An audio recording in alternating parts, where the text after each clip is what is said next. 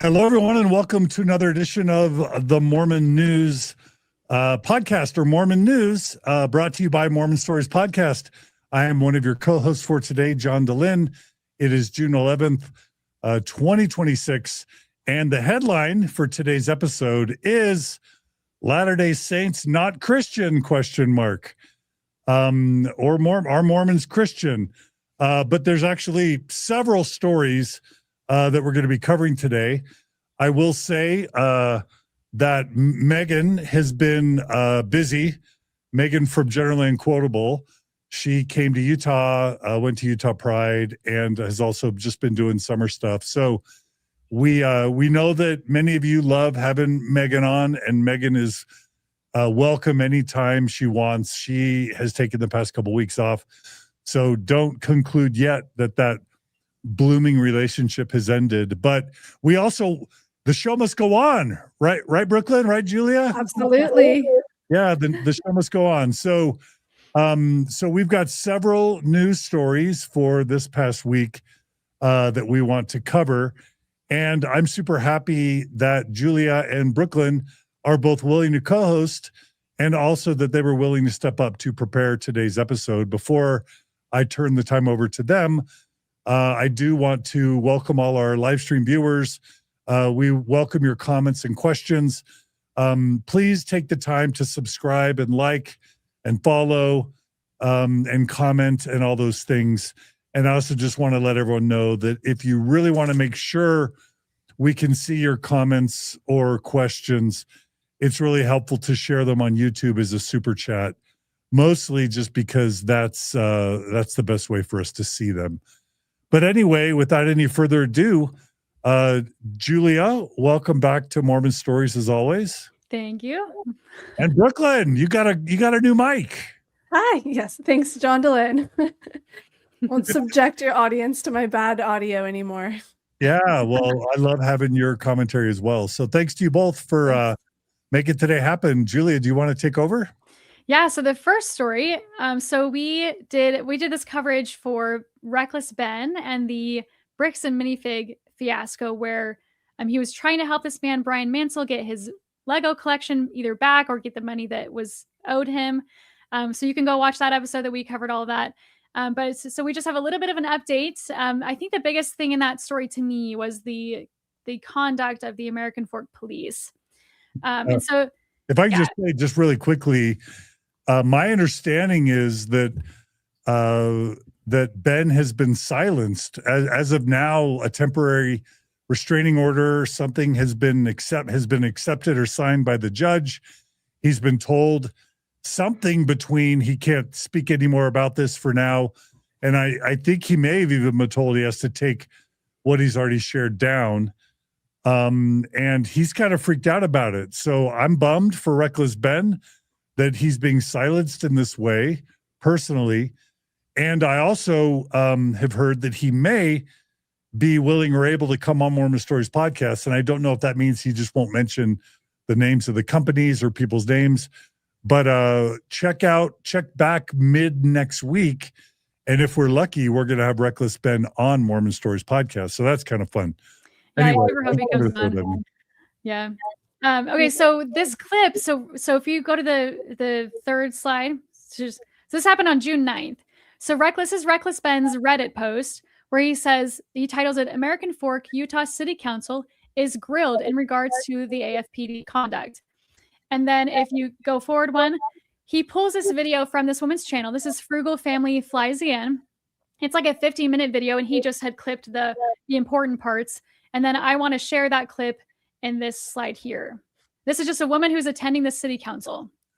All right, let's play it. There was an increase of around $600,000, which is a 9% increase to our property taxes.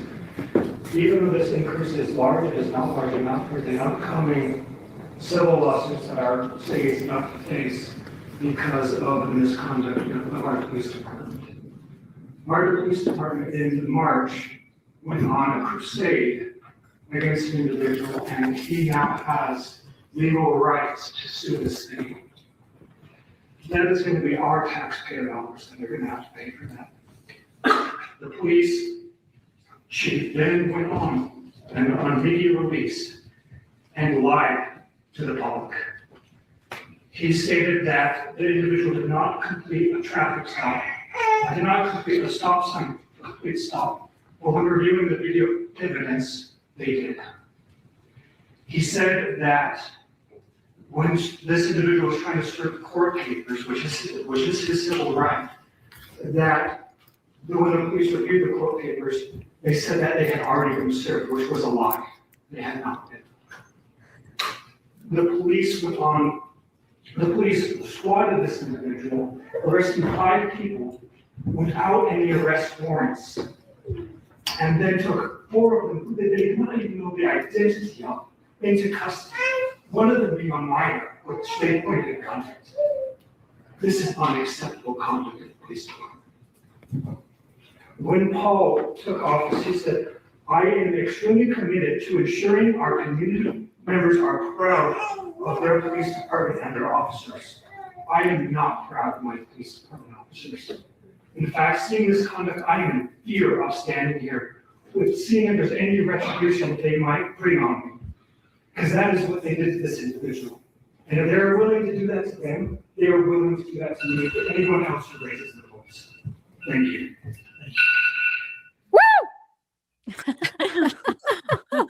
I want to meet this woman. Who is Right? this woman? I want to invite her on Mormon Stories to tell her Mormon Seriously. stories.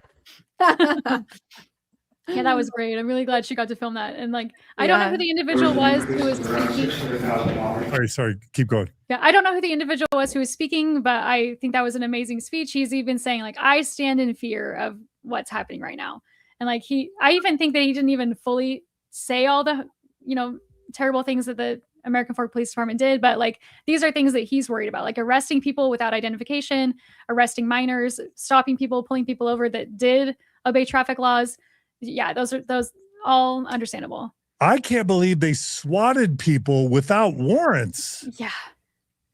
Like they had guns drawn. That's how people get shot and killed. Mhm. Yeah. Mhm. Yeah. And then the way that the guy who was trying to avoid service convinced the police officer that the service was fake and that the lawsuit was fake, and he's just like, haha, okay, it's fake, now let's go arrest the guy.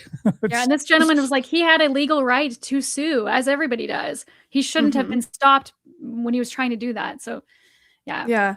I'm trying to understand why the police are even inserting themselves so much in this situation and like blatantly taking a side. Like, what are they benefiting from either side? It makes zero sense to me. And just like how to get your department investigated 101 for no reason. It's just so odd and just showing their hand for the weirdest reason. And I mean, just the audacity in today's day and age, there's a body cam and cameras on the car at all times. Why are you saying you pulled him over for a stop when there's evidence that he didn't? Like, just that stuff alone, it's just shocking to me to the point I can't even relate or understand.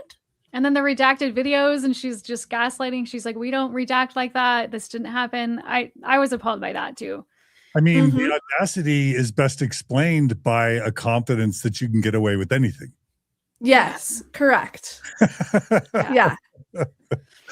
Well, that's crazy. And I'll say it again. I want to meet whoever runs Frugal Family Flies again. Please, listeners, viewers, reach out to this woman.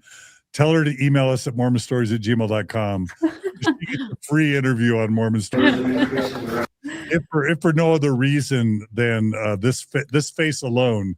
Yeah, we got to know her story. Yeah, she's fun. A lot of courage. Like his point, that this is the last point. The fact that he's terrified that he could be retaliated against, I feel that. Like, I'm afraid to drive into Utah County now, because if they could make up some reason to arrest me, what type of treatment would I get in the jail cell when there's no cameras going, Right. Anyway. Yeah. Kind of terrifying. Yeah. All right. What's next? Right.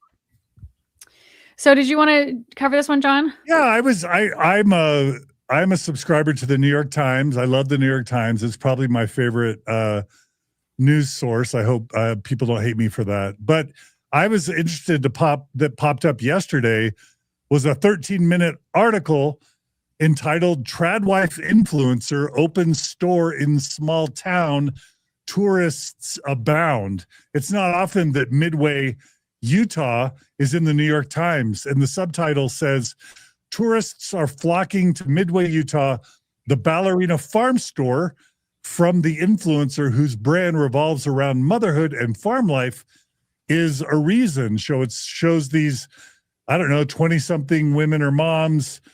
I don't know if they're eating ice cream cones or drinking orange juice. Do y'all know what they're drinking there? No, I have no idea. They're drinking or eating something. Yeah, some popsicle or something. Popsicles, maybe. I don't And know. then this is a photo of Hannah Neeleman and her husband, Daniel. Of course, Daniel is the son of the founder of JetBlue. So it's kind of like, I don't know, but some say it's just a husband and a wife living a traditional lifestyle. Others say they're LARPing, traditional lifestyles for profit. I feel that way. Is that how you feel, Brooklyn? Yeah. Tell us your thoughts and feelings. I don't think we've heard your Ballerina Farm take, Brooklyn. And I mean, I'm not super expert on Ballerina Farm, but just the extent that I know, that's exactly how I feel of it. Of like, I mean, it's from like a almost billionaire family, right? If I'm not mistaken, very, very, very wealthy family. And it reminds me of, I don't know if anyone's been to Versailles in France, but Marie Antoinette had a little farmland where she would go and pick the eggs and, feed the chickens and pretend like she was some normal farm lady that didn't live in the Palace of Versailles. And that's exactly what it makes me think of. It's just LARPing farm girl. Yeah. And I mean, go ahead. Nothing wrong with it, but that's what it makes me think of. Kind of in this area, right, Brooklyn? Like, I'm from Park City. Yes, I have family that lives in Midway now, and I'm in that area most of the time. I'm in Utah. Yeah. It's a fact. So they live in, as I understand it, they live in Camas. And don't you have a little bit of insider info about Camas? Oh, I mean, I've heard, I've got some family members just bought a house in Camas, and we just learned that almost all the other homes in their neighborhood have been bought by Ballerina Farms. And it's kind of, that's what small charming farmers do, is they buy up all the real estate around in the entire community, right? Yeah. And I was like, so you're living with all the Ballerina Farm workers? It's just interesting. I believe it's for the J1 employees. So but they're I the was like, I don't think they knew that going into this development. Wow. Well, what do you mean the J1? J1, right, are usually student age people who come over on a visa to work. Usually it will be like at the ski resorts and stuff for a winter, for a season, and then go back. So I guess they're hiring some J1 employees, I'm assuming, just purely based off this hearsay information that I have. But yeah, I've heard basically this whole development is now being bought by Ballerina Farms. Wow. Well, those are that non-U.S. citizens that come to work, working visas. Yes, legally usually student age people, but like at ski resorts, like the ski resorts. Yes. Okay. Yes. Wow. So here's Hannah and Daniel. And by the way, like I don't think we begrudge anyone their success. I don't think we begrudge influencers. And yeah, what's wrong? I mean, I don't even think I just say personally, I don't begrudge traditional people that want to live traditional lifestyles, stay-at-home moms, people that want to have a lot of kids, people that want to cook. I just want to say I don't want to be, on the one hand, kind of, the ex-Mormon that will just criticize anything that isn't kind of the way I choose to live, right? I think, Brooklyn, your point is just more, is there an authenticity question? Is that right? Oh, I don't know. And I don't even know if I'm not trying to judge it one way or another. I think it's awesome that she's out there being a successful businesswoman, actually, because, we talk about traditional values, but we kind of forget that with this whole trad wife, social media wife phenomenon. They're working really hard and providing a lot of income for their family. And it's anything but stay-at-home mom, actually. It's that's true. I mean, work really hard to look like I'm being the stay-at-home mom, which totally fine. I have respect for the hustle of it and actually like the work that she's putting into it, and complete respect for stay-at-home wives as well. Like, that's completely fine. Yeah, I just find it an interesting, I don't even know how to qualify pros and cons of it, but it's just an interesting phenomenon of working really hard to pretend that you're not working and you're staying at home. Yeah. Watching the kids. Yeah. One of the things I read in the article is they asked how many nannies they have, and they declined to comment, saying that that's personal. We want to keep the kids' lives private. And I'm like, do you want to keep the kids' lives private, or do you just not want to admit how many nannies Yeah. you have helping you? Speaking, I was a nanny, and I'm all for nannies when people are working like that, because I can't imagine how you 100%. can't have a nanny. Yeah. Yeah. No, I'm no shame for anything they're doing. I'm just, curious observer. Not MEP says Corey Richens' old neighborhood, and that's right. A lot's going on in Thomas. I'll also say Noah Rasheta from Secular Buddhism has historically lived in the Camas Oakley area. I had lunch with Noah Rasheta yesterday, so I had Noah in my mind. Really quickly, here's a shot of their whole milk. Of course, many of you will remember that there was a raw milk controversy where I think Ballerina Farm was selling raw milk and people were getting sick, so they had to. I think they had to scuttle the raw milk. Yeah, I would say that's one of my bigger gripes is that I hear I have not purchased one item, but I hear the quality can be lacking for the price. There was the whole scandal of the cutting boards that were like hundreds of dollars for, super low quality cutting board. That kind of part I don't like. That also has to do with kind of the influencer culture that's going on nowadays, though, and just selling any product, people marketing anything and putting a markup on it because it says Ballerina Farm or whatever. And that's the whole part about the whole influencer industry that I don't love. We should sell Mormon Stories merch or products. What products go with Mormon Stories brand?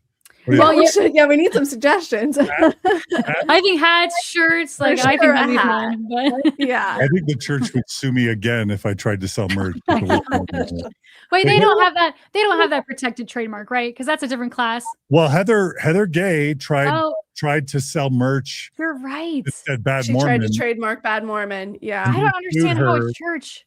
They sued her, and she couldn't sell it, so she couldn't sell the merch. I don't understand how that all works because I thought they only trademarked it for the educational purposes. Yeah, but also the church can't. The whole thing, it just feels like, things. The worst parts of corporate America where you have enough money and it doesn't matter, It doesn't matter if it's right or wrong. If they want to do something, they've got enough money to cause the suits or make it a big enough inconvenience to not fight it, as our friend John is alluding. They could do anything. They could do anything with this money. Yeah. I was going to say, let me be pedantic and condescending, Julia. If you have a lot of money and power, you can kind of do what you want these days. You can buy anything in this world. You can buy anything in this world with money. Oh my gosh. Last photo is just look at the lines. Like, oh my god, they're doing well, and I guess we wish them well, right? We wish them well. Yeah. We wish them all the success. Yeah. All right. Fun. What's next? Oh, someone says blank stories podcast merch. That'll do. I love it. All right. This is breaking news thanks to Rebecca Biblioteca, I think. Yes. 100% thanks to Rebecca Biblioteca. I don't think I saw this anywhere else, so I've got to give 100% credit from everything we have is from her. Tried to even look up some other this is her. I think she's got it from people that she knows and her own research. So if you want more in-depth, go check out the Mormonish news. Isn't Rebecca and Mormonish a treasure? She's so amazing. Oh, yeah. I don't know how she does it. She's so thorough and just well-spoken. Yes. We love you, Rebecca. Yeah. We love you, Rebecca. So what's the story? Yeah. So let's watch her quick clip because she'll do it better than me. All right. And then this is a quote just from her post. I broke a story on the Mormon newscast last night based on some architectural plans that I came across for a new meeting house remodel.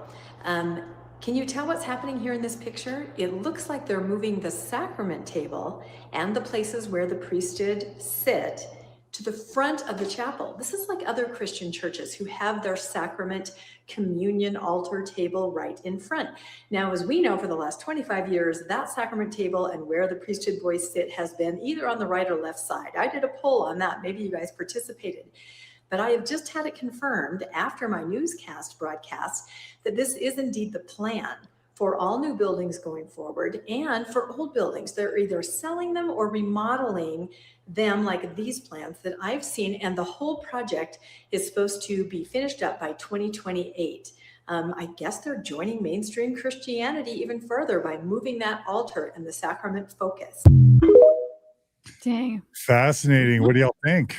Yeah. So Yeah. like, Oh, wait, there's one more slide. Let me show the slide. so Yeah, let so- me.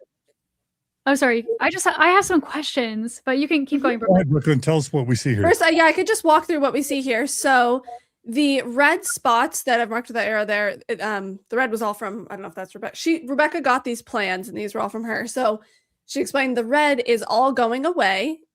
The building itself is not being demolished. That's what it says for existing LDS buildings. So they're not building a new one. This is a remodel to an existing building. But all of that marked in red is going to go away. The yellow will be moved to the center, and they're going to kind of, you can see redesign a little bit. It looks like in the front, centered around the table more. And I mean, just the biggest point for me that I think she pointed out was it's just going along the lines of more mainstream Christian churches of having the sacrament front and center. Fascinating. If I can just give a couple reactions, because this is the first time I'm seeing this. Mm-hmm. So a traditional LDS chapel has kind of three, columns of pews. Mm-hmm. And it looks like they're reducing it to 2 columns of pews. In other words, instead of having 3 different type. Yeah, I don't know how else to describe it, but Mm-hmm. there's the pews on the left side, the pews in the middle, and then the pews in the right, and 2 lanes one lane between the first and the second set of pews, and 1 lane between the second and third. That's where Mormon deacons would pass the sacrament, would be in those lanes between the pews. They're eliminating one section of pews and just having kind of a left section and a right section. And that's interesting because I think that reduces. I'm just reacting here, but you know what that seems to do? What are you going to guess I'm going to say, Brooklyn? I think the same thing. I just noticed doesn't it look like there's less seats in that building? So they're going to make it look like it's more full than it might have. Because it looks like, before. John, if you don't mind going back there, it looks like on the side there's still an aisle next to the 2 sections. So aisle in the middle, aisle either side, so you can still get in the chair from either side because you don't want to crawl other people. And as opposed to it being squashed up in the side, which would give more space for seats, I think this is a way to make it look more full. And I literally only thinking that just now as I look at these pictures. I put this slides together, and it didn't occur to me till right now when I'm like, it looks like a lot less seat capacity. Yep. Okay, I have more questions. So, like the deacons used, or all the priesthood would sit on the side and the front, and you would just see the backs of their heads. So right here, I'm confused by what I'm seeing. So we've got the sacrament table, and then are the deacons, or are these I don't know what they're called, these priesthood holders, are they facing the crowd? Because I feel like also, because we talk a lot on Mormon Stories about people who are not allowed to take the sacrament or whatever, and they can't pass the sacrament. I feel like that would make it even more obvious if you're sitting facing the crowd. Is that what I'm hearing, or is that what I'm seeing? I don't think it's specifically said. My impression would still be, my memories of deacons passing sacrament, especially for Never Mormons, they sit kind of up in this front right section, right up at the front by the yellow table up there, so that they can be close to passing the sacrament. Then just the few, are they priests, or I think the priests bless it. So there's 2 or 3 of them up there actually blessing it and getting it prepared. The rest of the deacons down there waiting to pass. I would imagine they could still do the same thing, where it's just a few people sitting in the yellow bits behind the table, and then the deacons could still be up front on the few rows. But that's purely my speculation. Okay. I have no idea. Well, go ahead, Julie. I was just going to say, Rebecca's in the comments, and she's leaving some really good ones if you want to read. Hi, Rebecca. So this one, she's answering my questions. She says, it looks like they are facing the crowd, a massive priesthood presence to focus on the fact that we have the priesthood. So yeah, I do think that that's a thing. And I also think that could be harder on these young men who maybe have slipped up or have deemed unworthy. But then also like the sacrament table, because my first thought was this is more Christ focused. Because they say that's the most sacred thing that you do at church is you can just come and take the sacrament and then leave if you even needed to. But so it's front and center. And I was also thinking if people aren't members of the church, they can come in and just see that that's the center focus. is these main tables. So Yeah, that's interesting. There's a symbolic value, I think, that this is striving for. If we're going to take away any potentially cynical observations like the one about making the pews look more full and less empty, which I think is probably also a bonus to them. Yeah. They're taking the sacrament table where the sacrament is blessed and prepared, and they're moving it to the center in front of where the bishopric would sit. They're actually, it looks like they're taking the bishopric stand off a stand that's elevated where the choir would be. And it looks like they might be bringing that down to the same level as the members. I'm not sure, but that's the suggestion I'm getting, is that potentially maybe they're bringing the leadership down to the level of the members, but they're certainly centering the baptismal preparation. I'm sorry, the sacrament preparation and blessing table to the center, which to me does a couple things. It puts the focus of the sacrament as being central to the meeting, which I think is probably a sincere intent on their part, and even a good one. I think they're also, in addition, well, dang, now I'm forgetting. So go ahead. I have other thoughts too, because I hope this doesn't distract you, but my thoughts are they're either selling these buildings. I don't know if they're destroying these and then just putting new pulpits in. Because I have questions about tax exempt status. Because I thought, I don't know, I'm not a tax person at all, but I thought that you had to spend a certain amount of money, or you had to have, like with these temples. I don't know if this has to do with budgeting, or if this is like, oh, this is a way to spend our money without actually having to make another empty building. I don't know. I just had some thoughts about that. Like, how much money are they spending in this whole thing? Because if they're trying to change, Rebecca, you said this was kind of a crazy number to be trying to get to by 2028 or whatever. Like, that's a lot of work and money to be putting into these chapels, into the new ones that they're building. Like, I don't know. I just was curious about that. So I've heard those rumors that the church has to spend a certain amount of its money. I don't know that that's ever been legally validated. But what I do know is that one of the benefits of running a multi-$100 billion organization is you can award construction grants and product grants and merchandising grants to friends and family that do your bidding. So this is going to be, I'm guessing, hundreds of millions of dollar financial windfall to whatever friends and family of church leaders you're so right. are awarded the contracts of the new pews. Well, the removal of all the stuff, auctioning off of all the stuff, and then the purchasing of the new pews and the redesign of the chapels and the moving of the preparation table and just the redesign of the whole chapel. That's going to be a lot of money that someone's making, and I'm pretty sure they're not going to give it to the evangelical Christians. They're going to keep it in the family, so to speak. Yeah. Very good point. Yeah.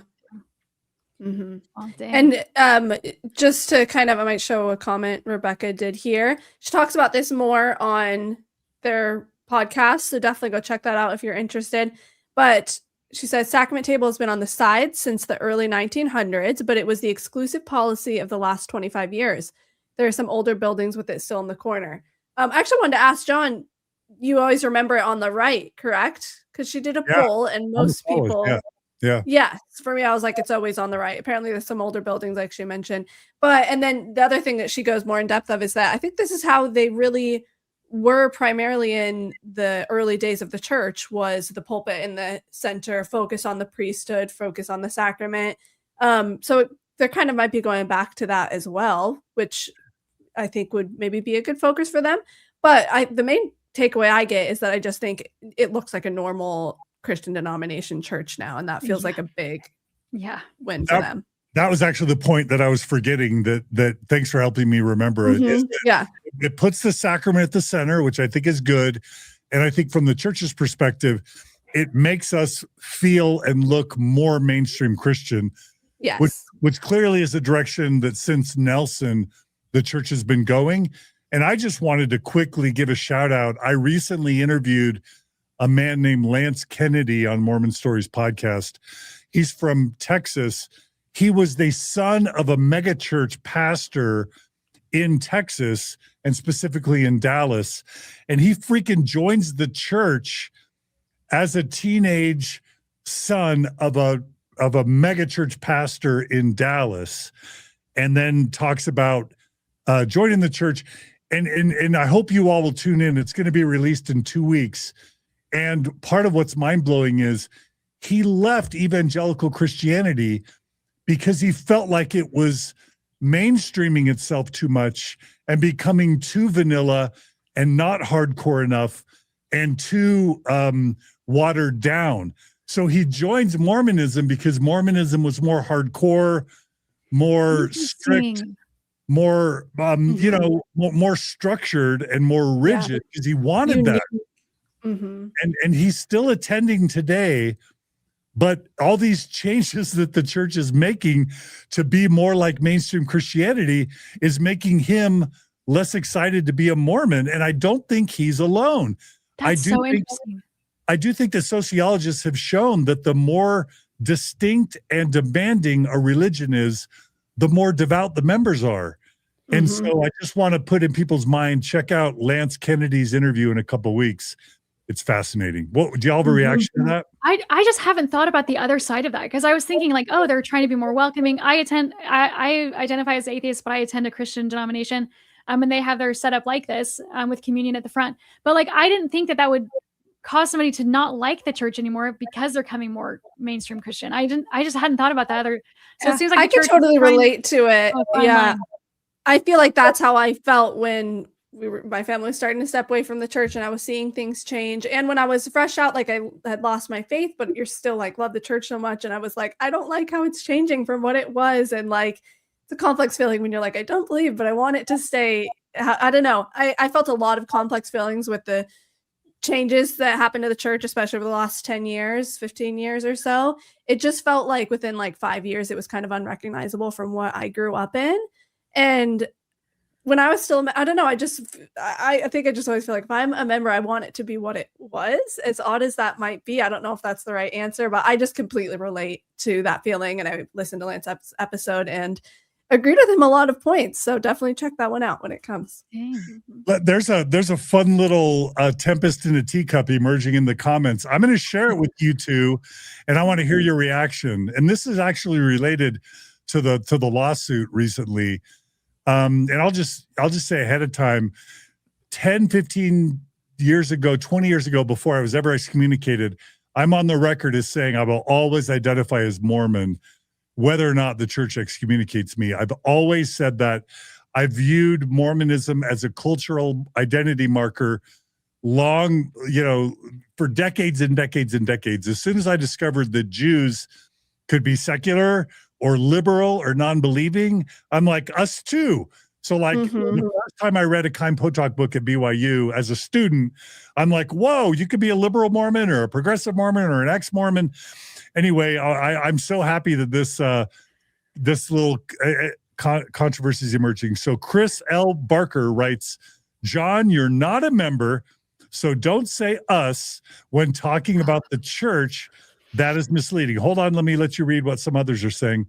And then New Richard Jones says, shut up, Chris, which is rude, but I appreciate what he's trying to do. And then Trev, our good buddy Trebanon writes, Chris L. Barker, John refers to himself as cultural Mormon like a cultural Jew. That is true. Ryan Scott PNW says, I'm a member and I'll call John one of us all day long. Love you. Bless you, Ryan Scott. Bull Curtin McConkey Sheet says same. And then our wonderful Rebecca Biblioteca writes, we are all Mormon-ish. Good one. Yeah. Checkmates in the church, or 5, like some of us, Rebecca, or 5.5. I'm just teasing you. Like I did, and not still be a cultural or social Mormon. But then Bull Kurt McConkey Sheet says, Chris, glad you're here. And I agree. I love having believing faithful Mormons here. Now, Brooklyn and Julie, I want to hear your response to this Tempest in a Teacup.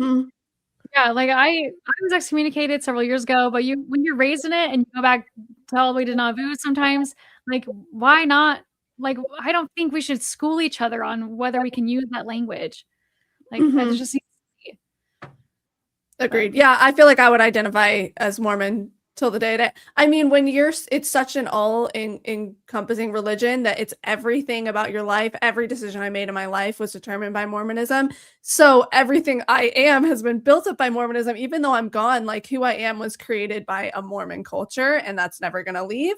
And maybe it is after you step away a little bit, you get more of a perspective on that and realize how Mormon you are even away from the Mormonism, and that might be maybe a little harder to see that perspective sometimes as active members. But yeah, I completely agree. I would identify as Mormon forever because that's how I was raised. So many of my qualities are because I was Mormon and how Mormons are raised. So, but also like the yeah, like I'm dating a non-Mormon right now. She's never been Mormon, but like she doesn't understand these stories that we've heard all growing up, or these standards, or all the things. Like, it's not just like where you're at now. It's just like the whole understanding of your whole background. I don't know. It's just like I think it's silly to just to say that, like, oh, that you're not Mormon because you're anyway. It's gatekeeping. There are ex-Mormons that don't want anything to do with the title, and that's fine. But I'll just say that it's so lame that the church, I feel like, is suing me because they think I've intentionally tried to mislead people that Mormon Stories was church owned and run. That's literally never once in my life been an intention ever at any point. And you'll never find a text or an email ever that is seriously suggests otherwise. But I will say that when Russell M. Nelson abandoned the term and demonized it, literally, I was like, yeah, that makes sense, because Mormonism is such a broad culture anyway. It doesn't belong to the church. And so I think Russell M. Nelson, I'm not ashamed or afraid to admit when a Mormon prophet gets it right. I think that's one thing Russell M. Nelson got right, was that the church doesn't own the term Mormon and shouldn't. Yeah. I think it was smart of him to let go, because you can't really clasp onto it. It's not, like you said, it's not theirs anymore. It's beyond their control, no matter what. There's TV shows, there's musical, like they have zero control over this phrase. So I do think it was kind of the right thing to lessen the clutch on that. And I don't understand how they think they're going to put that toothpaste back in the tube. I think they just realize that it hasn't served them well from a business standpoint, from a marketing standpoint, to abandon the brand. And I think they wish they had it back. But that's a great segue to our next topic. Julia. Yeah, actually, before we go, there's this comment here. I hope it's okay if I share this. Yeah. It goes in straight to this too, where he says, this is Chris L. Barker. He says, "Can I consider myself a Christian if I don't believe in the resurrected Jesus?" And my thoughts are 100%. Like, I don't believe. Yeah, I don't believe in a resurrected Jesus. To me, Christianity is more like, am I treating my fellow men well? Like, am I being kind? Am I helping the fatherless? Am I helping the widows? Like, am I giving of myself like Christ did? So that's how I see Christianity. But yeah, this does segue really well into this next story. But do you guys have answers to that? No, completely agree. Same. Mic drop. Yeah, mic drop. Okay, so really quick, Jared Jones. Huge thanks to my buddy Jared Jones for the super chat. Thank you. Thanks, Jared. Jared, we love you. Jared and his wife have been on Mormon Stories. Check out their episode. But Jared's a great guy. Thanks, Jared. Cool. All right, go ahead, Julia or Brooklyn, whoever's got this. Yeah, so Julia. This is probably the biggest story that's been going around right now. I don't know. I've had people were in the comments earlier saying this was like a nothing burger. This isn't really a big deal. But this is the Department of Defense. They listed the LDS Church, or the Church of Jesus Christ of Latter-day Saints, as they did not list them among the Christians. And this happened on June 4th.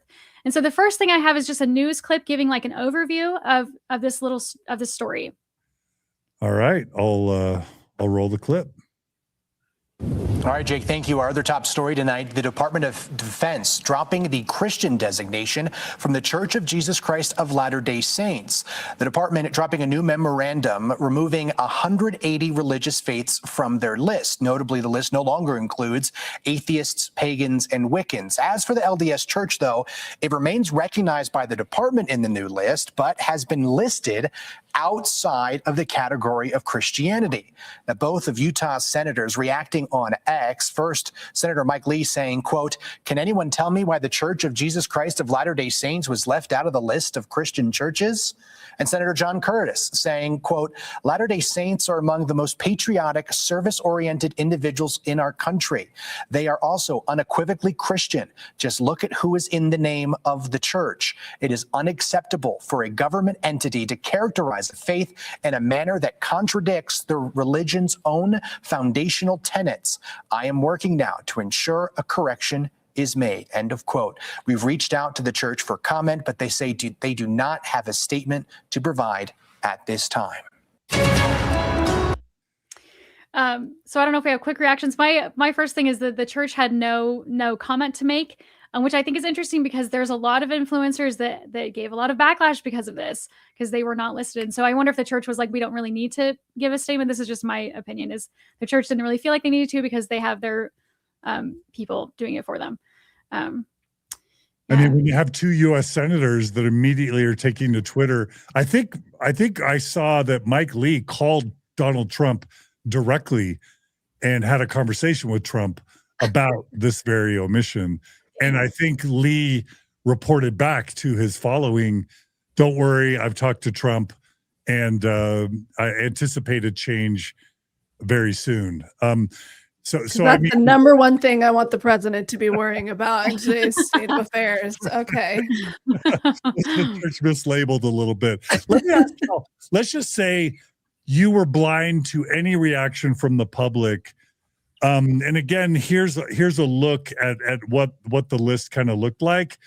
It's got Christian Church of Nazarene, Christian Evangelical, Christian Lutheran, Christian Methodist, and then right below Christian Seventh-day Adventist, it's got Church of Jesus Christ of Latter-day Saints. Would y'all have had either your former Mormon selves or your current, what was y'all's native reaction, not influenced by everyone else? I'm just curious. My ex-Mormon reaction was just like, their name is really long. So like if you pull that back up, Yeah. if you would have put Christian dash and then the church, it would have bled off onto the gray space. Yeah. So that was just my initial reaction, was just that it's so long. Damn long. The name is too damn long. But I think I would have been offended if they didn't list me as a Christian, as an active member. And like, it's like, I don't feel offended now, but like, I do think that maybe we can discuss this too. I do think the LDS church, they are Christian. And so I don't know why that. Yeah. Yeah. What's your take? I do agree with that. I guess I understand. We're we're different than all of those other Christian churches listed there, where those are really quite similar in terms of just, Protestant religions. Definitely as a member, I remember I was always like, no, we're Christian. We are Christian. And I will defend that. And I still feel absolutely are. I think, John says it perfectly. Do you follow Christ? You're a Christian. I don't know how else you need to qualify it. It's in the name, Church of Jesus Christ of Latter-day Saints. I completely agree. It should be qualified as Christian. Do I think I would be like, even as an active member, probably that concerned about this issue in particular? Probably not. I don't see it as a super high stakes situation, just from my understanding of it so far. I feel like it's probably someone working in office, typing it up, not even thinking about it. Maybe they don't have that much understanding of LDS. Fully, it could be like, it doesn't fit, take it off, whatever. Like, I think it's probably just some more like administration clerical thing that went down that has sparked an actually interesting conversation. But I agree that the original thing is probably a bit of nothing burger, like you said. I could just share, being the oldest person in this probably live stream other than Rebecca. No offense, Rebecca. No, I'm just teasing. Growing up in Katy, Texas, in an evangelical town, I'd drive by the First Baptist Church of Katy, and there'd be a sign up, Mormons and other cults. And there were girls that liked me or that I liked in high school whose parents wouldn't let us go out because I was a Mormon. Like, I can see why. And there's the Godmakers movie that came out in the early 80s by Ed Decker that painted Mormons as cults. And, I can see why for a long, long time, Mormons in the church and I have felt defensive about being labeled a cult and as being labeled non-Christian. So I know I've lived where this sensitivity comes from, which is part of why I probably would have been offended especially after having recently interviewed a Seventh-day Adventist, that Jehovah's Witnesses and Seventh-day Adventists made the Christian designation according to this list, but Mormons didn't. Even Christian Scientists. But I do think it is a tempest in a teapot, but I can see where it comes from. But we're going to talk in just a bit about why we suspect this designation or de-designation was made. But if you want, we can show the next clip.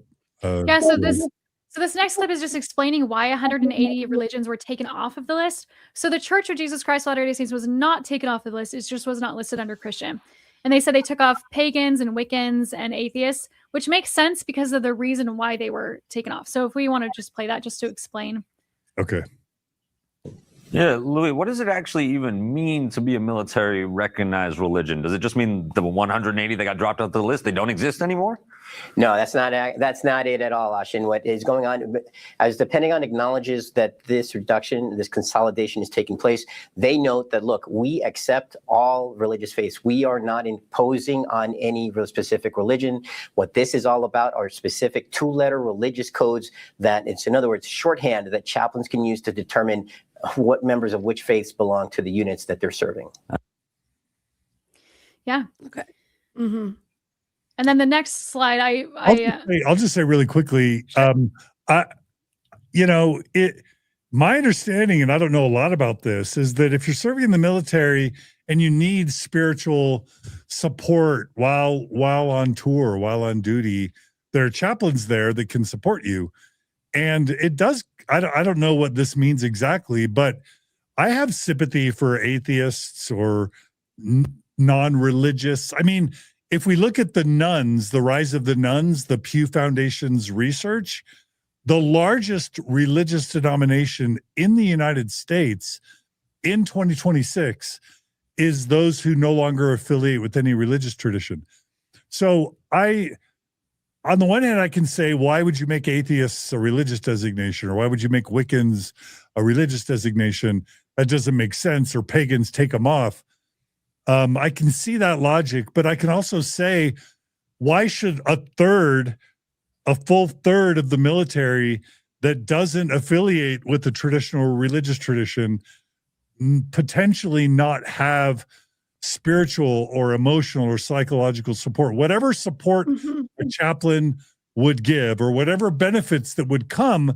I assume they have this list because there's benefits from being associated with the institution on the list. And so my biggest concern is, why would a third of the military, if it reflects the general public, not also have access to the benefits of whatever the benefits are of being on this list if they just don't happen to affiliate with the particular approved church? That's a good question. I completely agree. I don't really like that any of them were dropped off, honestly. Like, why are we dropping Wiccan and Pagan? Is this not America, where freedom of religion is like our bag? It's the main thing we love here. And if people want to be Wiccan, let them be Wiccan. They can deserve support. And I don't understand, honestly, why that be dropped off. I'm more offended by all of that than anything to do with, did it say Christian next to the church? Like, they're getting the support they're getting on that list. I don't understand why people are removed. Yeah. And for the same reason John said, like, where are the resources for them? And even just the recognition of, like, Wiccan is a legitimate religion for a lot of people, and it's not what I think most people perceive it to be. Normal people are Wiccan, and I don't understand why that wouldn't be represented, because some of us, it's just as legitimate looking as the rest of them. So go ahead, Julia, and then I want to say something about that, but go ahead first. Yeah, I just have some questions. So I don't really know how all of this works. So is it the active military, that whatever religions that they are part of, whether it's whatever, do they then have these chaplains that come and then like give them sermons or aid them and with blessings or whatever? Like, can someone explain that? Because my thought was maybe there's just not enough people in the military that affiliate with these other groups. That was my thought, but I don't know enough. So I'm going to just look up what a chaplains do in the military. And it says, military chaplains are commissioned officers who provide spiritual guidance, moral support, and counseling to service members and their families. They conduct religious services. So they conduct services, performed ceremonies across various faiths, and advised commanders on ethical issues while offering 100% confidential support for personal, marital, or operational stress. And are they paid by the military, I'm assuming? Yeah. Okay. It's a paid position. So I wonder if there was like a polling or something where they figured out, oh, we don't actually need this many because we don't have. I don't know. I think we're going to see it in a second, but I literally think it's like Pete Hegseth's, white Christian nationalist pastor guy had groups that he likes and he doesn't like, and somehow that gets imposed on the list as a part of like Pete Hegseth's worldview. I know that sounds harsh. I just want to say really quickly before we move on, when I grew up in Katy, Texas, and there was a family, a multi-family family called the Prince family that was heavily influential in the Houston, Texas stake. So like there was a Douglas Prince that was like a stake president. There was several Bill Princes and Warren Princes and Douglas Princes that were bishops across various wards in Houston. The Prince family was a really big deal in Houston growing up. And one of the granddaughters of the Prince family, Christina Prince, she was younger than me. She was a friend of mine. I babysat her and her family. We were close friends in high school.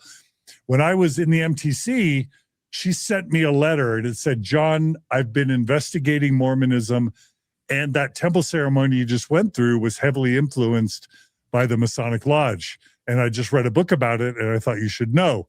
And I've told the story on Mormon Stories before, but did y'all ever hear what my reaction was to Tina when she sent me that letter in the MTC? I don't remember. I said, never write me again. Like a good Mormon boy. Oh my gosh. Anyway, Tina went on to join the military and she became a Wiccan. And I thought, oh, that's creepy witches doing potions and cursing people. No, it's like the love of nature.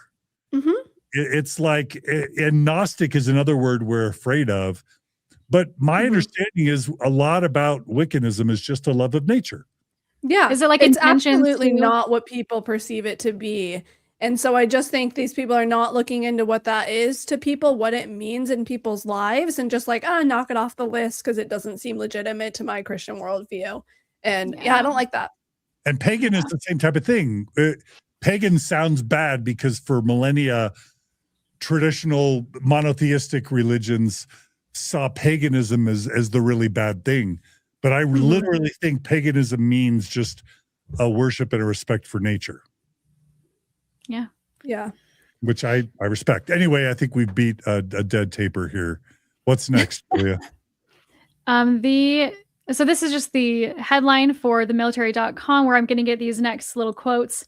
So this one, the top one with a little red arrow, it's just explaining what you just explained, John, where it says this list is designed to allow chaplains to quickly look at the religious composition of their units and determine how they structure resources to best provide the war fighters of all faith groups. And then it says down below with this second arrow, it's listing off these different religious groups, and it says the LDS is not recognized. And what I think that they mean, I don't know why they worded it this way, but they're not recognized as Christian. And then here's this list from military.com where it is showing you all these different. So 31 is, if I'm not mistaken, 31 were kept and 180 were dropped. Oh, it kept agnostic. That's good. I didn't see that. Okay, yeah, so that's good. They dropped atheist. Dropped atheist. Yeah, like I don't know if people know this, but you can be atheist and agnostic. All agnostic means is you don't believe that anyone really knows for sure. So I think most of Mormon us and are agnostic. theists. Yeah. Mm-hmm. Like I don't know for certain. Yeah. Go ahead, Julia. Oh yeah, just people have said like people are usually agnostic atheist or agnostic theist, and then they have their different. Yeah. Anyway. So it's weird that they would keep agnostic, which is basically everyone on the list, technically. Yeah.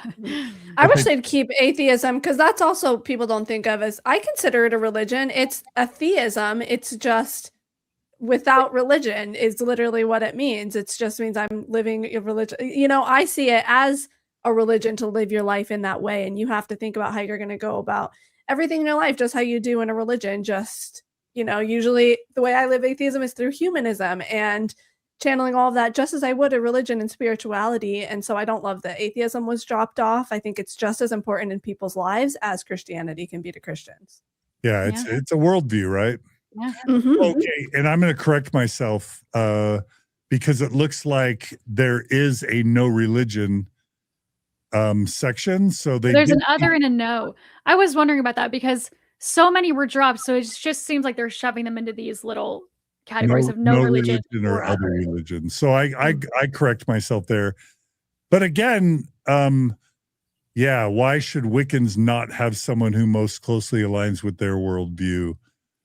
I mean, I don't know if it's to Those say ones in pagan me, definitely bothers me more than atheism because that is a significant part of people's lives. And I just don't understand why we wouldn't be.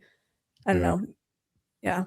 maybe transparency about why they made the decisions they made and how they made them would have been useful here. Yeah, maybe there wasn't a significant enough population to merit putting it on the list. Who knows? But I just know how it makes me feel when I hear it was dropped.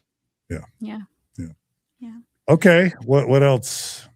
Okay, so this is the New York Times coverage of this that says Pentagon again revives religious categories for truths. And so I'm pretty sure because of the backlash. Also, I do think it's interesting that the LDS Church seemed to be the loudest spokesperson of those that were dropped, and the LDS Church wasn't dropped. It just wasn't listed as Christian. It's just interesting to me that those seem to be the loudest voices rather than atheists or rather than Wiccans or rather than any other group that was any of the 180 that was dropped. Yeah. So this is just their coverage of, so the Department of Defense has now revised that list. So they changed it and then they changed it again.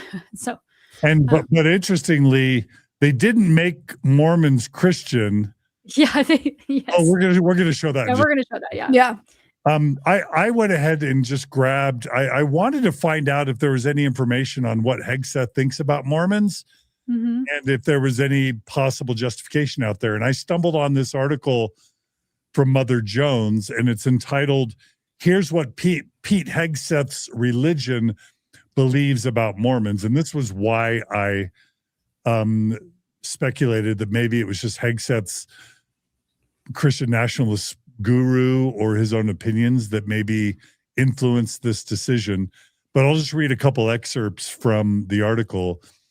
It says, one theological point of distinction between LDS and other Christian denominations is that LDS members don't accept the Apostles' Creed because it states that God, Jesus, and the Holy Spirit are all one entity. In contrast, Perry, the Christian nationalism scholar, and I think that's Hegseth's boy, noted the LDS Church teaches that they are three distinct beings. From Wilson's description of his ideal version of America, and I think Wilson might be someone influential in Hegseth's life.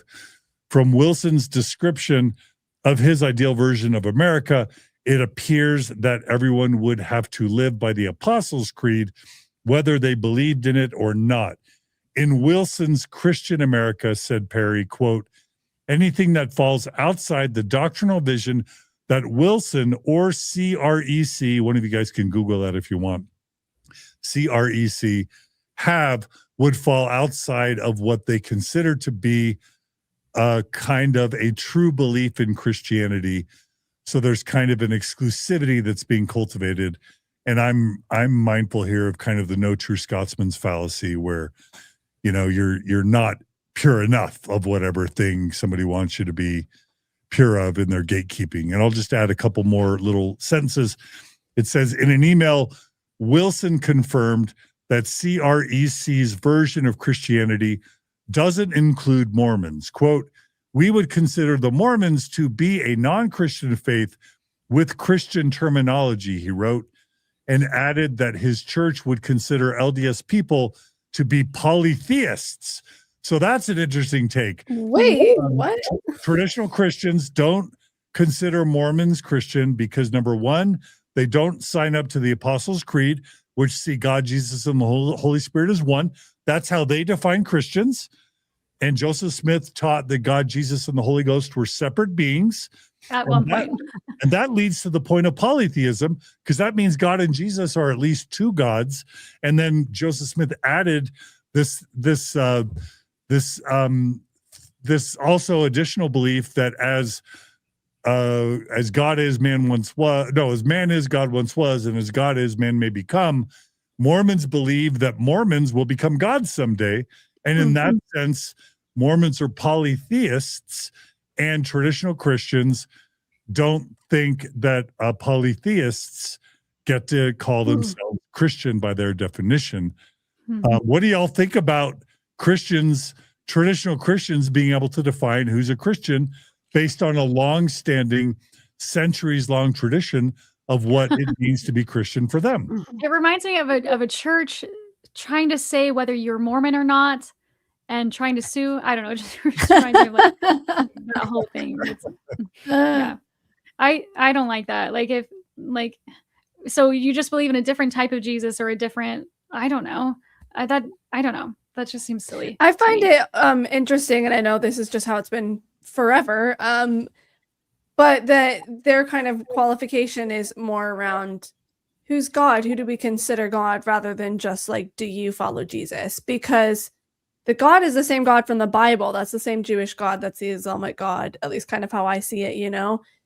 God of the Bible, that's what they're talking about. And that falls under so many religions that aren't just Christian. So why are we even talking about that? Let's just talk about Christ if it's about Christian, Church of Jesus Christ. They're great. Like, yeah, I don't really see why that's the qualification rather than like, do you believe? I mean, that goes back to the question, like, if you believe in the resurrection, are you Christian? I don't know. I don't know why we're trying to qualify everything and fit everything into little boxes when it just doesn't work that way. That's actually an interesting point. Also, it's hypocritical. If Mormons don't like being disqualified as Christian, why are they gatekeeping around the term Mormon? Yeah, that was a great point. Yeah. I love that. I think McKay Coppins, he's an Atlantic Monthly writer. I think he's pretty smart. And so I wanted to share his comment, as well as, I mean, we can't do an episode these days without referencing Jasmine Rappley, right? Right, Julia? But McKay Coppins says, again, I say this with love to my fellow Latter-day Saints, the sooner you give up trying to convince the religious right to validate your faith, the sooner you'll know peace. Are we real Christians? Only one opinion matters, and it's not Defense Secretary Pete Hegseth's. I love that take from McKay Coppins. And actually, Lance Kennedy, again, who we're going to be releasing his interview in 2 weeks, he said the same thing. He said Mormons should stop begging like they want scraps at the table of traditional so-called Christians. They should just be proud of who they are, own who they are, and even embrace that they're viewed as separate and apart from mainstream Christianity, because that can be a feature, not a bug. And I would add, especially now that Christianity is getting such a bad rep nationwide as being associated with white nationalism, as being associated with bigotry and racism and anti-immigration and stuff. There are real benefits to the Mormon Church being viewed as a peculiar people. Yeah. And being separate. That's the phrase I was going to use. We're the peculiar people. Like, why are we not owning it? And that was Mormonism I knew. And anytime I was like embarrassed about, not drinking coffee or whatever, and my mom's like, we are peculiar people and be proud of it. And like, that was ingrained in me so hard. So I'm just like, I don't know why they don't love being unique. And yeah, it's totally all plays into Lance's episode, Lance Kennedy, that you're talking about, because I feel like he does mention this of just, then if you're all lumped into all of those other ones that say Christian, what's to stop you when you have a bad day at church to being like, well, I'll just go to that other Christian church because we're all the same, I just think the more distinct you are, the more ingrained people are going to be in your culture and religion, and they're not doing themselves any favors, because people are just going to be like, I'll go to the church down the road. They serve coffee and donuts there. It's kind of pick-me energy. It's so true. Anytime Holly is referenced on Mormon Stories is a good episode for me. Well, all of my Mormon culture is built up from what my mom told me. I mean, that's probably how we all are, right? But I'm like, my mom said so. Hi, Holly. I'll read Jasmine really quick. Quote, I've seen some Latter-day Saints read a lot into this. Maybe it really is prejudice. Maybe the government is taking a stance on the Trinity. But this isn't the government as a whole, but rather how religions are coded in the military, so that, for example, a chaplain can quickly understand how many religious adherents there are in a given unit. Removing the label Christian altogether makes a lot of sense to me. It avoids the divisive categorizations and ensures that Latter-day Saint servicemen and women can easily gain access to the religious resources they may require. As a Latter-day Saint, I consider myself to be a Christian and a follower of Christ, but I know not everyone agrees with me, and I don't necessarily expect the government to weigh in on that. I actually think Jasmine's smart, and yeah, that's a good comment. I agree with pretty much those points. When I saw it was moved, I was like, yeah, I think they did the right thing by just taking Christian out. Like, okay, eliminate the problem. Yeah, you guys didn't like this. No one can have it. And that takes us to the last I think slides here. Here's the revised list. It was actually revised a day or two later. Yeah, it was really fast. And what they did is they just took off the prefix designations, and now you'll see Church of Christ, Church of God, Church of Jesus Christ, Latter-day Saints, Christian, non-denominational, just all without that designation. And some would say that's a backhanded response, that they were so opposed to categorizing Mormons as Christian that they avoided having to do what would be uncomfortable for them, which is recognizing Mormons as Christian by then removing the Christian designation altogether. I think that's probably true. You think it's true that Could be. I think they could have just been eliminating the problem, because then they're probably like, what next religion do we not know enough about that are going to come out and saying, well, we're Christian too, put it next to us. And maybe they're just like, don't worry about it. But I can see both ways. I have no idea. I think whoever did this little type up should come forward and say, this is what I was thinking. It wasn't that big of a deal, guys. Like, yeah. We're speculating. I would say it's probably many things, but probably both, that they wanted to avoid future controversies like this. But I guarantee you those Christian nationalists and a lot of those evangelical Christians never want the Mormon church recognized as a Christian church. Yeah, if for no other reason than that we're so wealthy and powerful, and we're shrinking in the United States at a slower rate than they're shrinking in many instances. They don't want to give us any positive press. Yeah. Anyway. Yeah. No, that totally makes sense to me as well. Yeah. All right. Well, is that story? Yeah, Julie? that's the story. Yeah. So. All right. What's the next? So this next one is the Kyle McKay Fireside, and this happened on June 7th, 2026. And so what happened? So I guess we'll talk about Kyle McKay really fast. Okay. I'll go to the next slide. Yeah, so he was sustained as a general authority 70 of the Church of Jesus Christ of Latter-day Saints in 2018, and he was in the 5th Quorum. He served in the 5th Quorum of the 70. He's a church historian, which I thought was really interesting, and a recorder, executive director of the Church History Department, so he knows a lot about history. He served several callings. He's been in the Young Men's. He's been Elders Quorum. He served a mission in Japan. And there's just like little bits about him. But he gave a fireside. Can I just ask a question? Yeah. So is he the church historian, just like Marlon Jensen and Carl Snow or Turley or whoever were church historians? I don't know. I didn't think he was, but maybe he is. Let me check on that. Because that's what that seems to suggest. And that's significant if he made these faux pas as the historian. It is him. As far as what Google's telling me, he is actually the official church historian. Which means he's probably an attorney, not a historian, but I won't. Well, he talks about that. He talks about being an attorney. But then also, I think he was RFM's companion on Radio Free Mormon's mission. I'm pretty sure. In Japan? Ooh. Yeah. Wow, that's really cool. I think they served either in the same mission at the same time or even as missionary companions. And so shout out to, we always love RFM, and shout out to RFM. Yeah, cool. Okay, keep going. Okay, so there was a stake conference, and he gave this talk in the Yukon, Oklahoma stake, and the talk was pretty good. He talked about the sacrament, he talked about the priesthood, and it was just a general, a talk that you'd expect to hear at a stake conference. And what happened though is this was released, and then the next day, if you want to go to the next slide. We just got a comment from Mary S. Curry that he was RFM's first companion in Japan. So thanks, Mary S. Curry. Oh, what's this? Yeah, so the video was posted, and I think it was taken down the same day, if not the next day. Because Yes. They know Because what of they the- did. Yeah. And I don't know why he would do this, but we can keep going. But I mean, it got taken down. I'll just say the way that this sort of stuff happens is we get emails. So like someone was at this presentation, they were annoyed by it. And so they emailed me and Rebecca and RFM and Bill Reel. We constantly every day get kind of these whistleblowers or people on the ground or insiders that send us stuff. So I actually received the email on this along with Rebecca and RFM and Bill and others.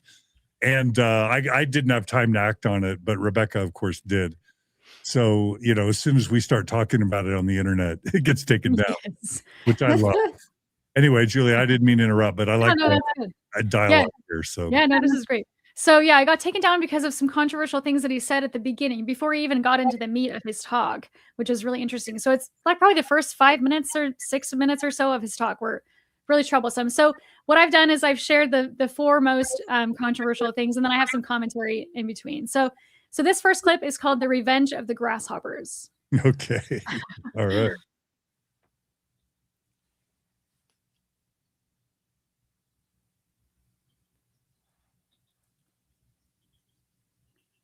Well, brothers and sisters, it has been just a joy to spend this weekend with you, and especially the last hour plus. I've been so moved by what has been said and by what the Lord has been telling me. I hope that His Spirit may continue and that I won't get in the way of whatever God is trying to teach you.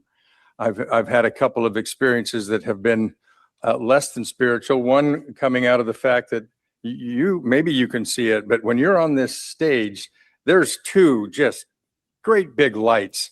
And this, I call this the revenge of the grasshoppers, because when I was a child, you know what you do with a grasshopper and a magnifying glass. And so for all of those that I sent to the other side, now I'm got the same kind of light here on me, and I'm wearing glasses, and I've burned holes in my retina here. So I'm grateful for this light. I'm especially grateful that we could sing this little light of mine. Holy moly. Yeah. What were your reactions? I'm like, that reminds me of Jeffrey Dahmer. Like people who like torture or kill animals for fun as a kid, that's associated with the personality disorder called antisocial personality disorder, which means you don't have a conscience. Like Puts you on the psychopathy checklist. That's like the top thing. If you're harming animals, like, yeah. And like, I don't want to, like I did shoot a bird. I had a BB gun. I was excited to learn it. I was in Oregon visiting my grandpa. I shot one bird and I watched it spiral to the ground, and I got sick to my stomach, and I never wanted to kill a bird again. You know what I mean? Yeah, that's you learned, and you had that feeling of like, knew this didn't feel right, and had a learning experience. Now, I never felt that about cockroaches, but I would never have done, I would have never pulled the legs off of grasshoppers. You know what I mean? Or like burn them with the magnifying glass.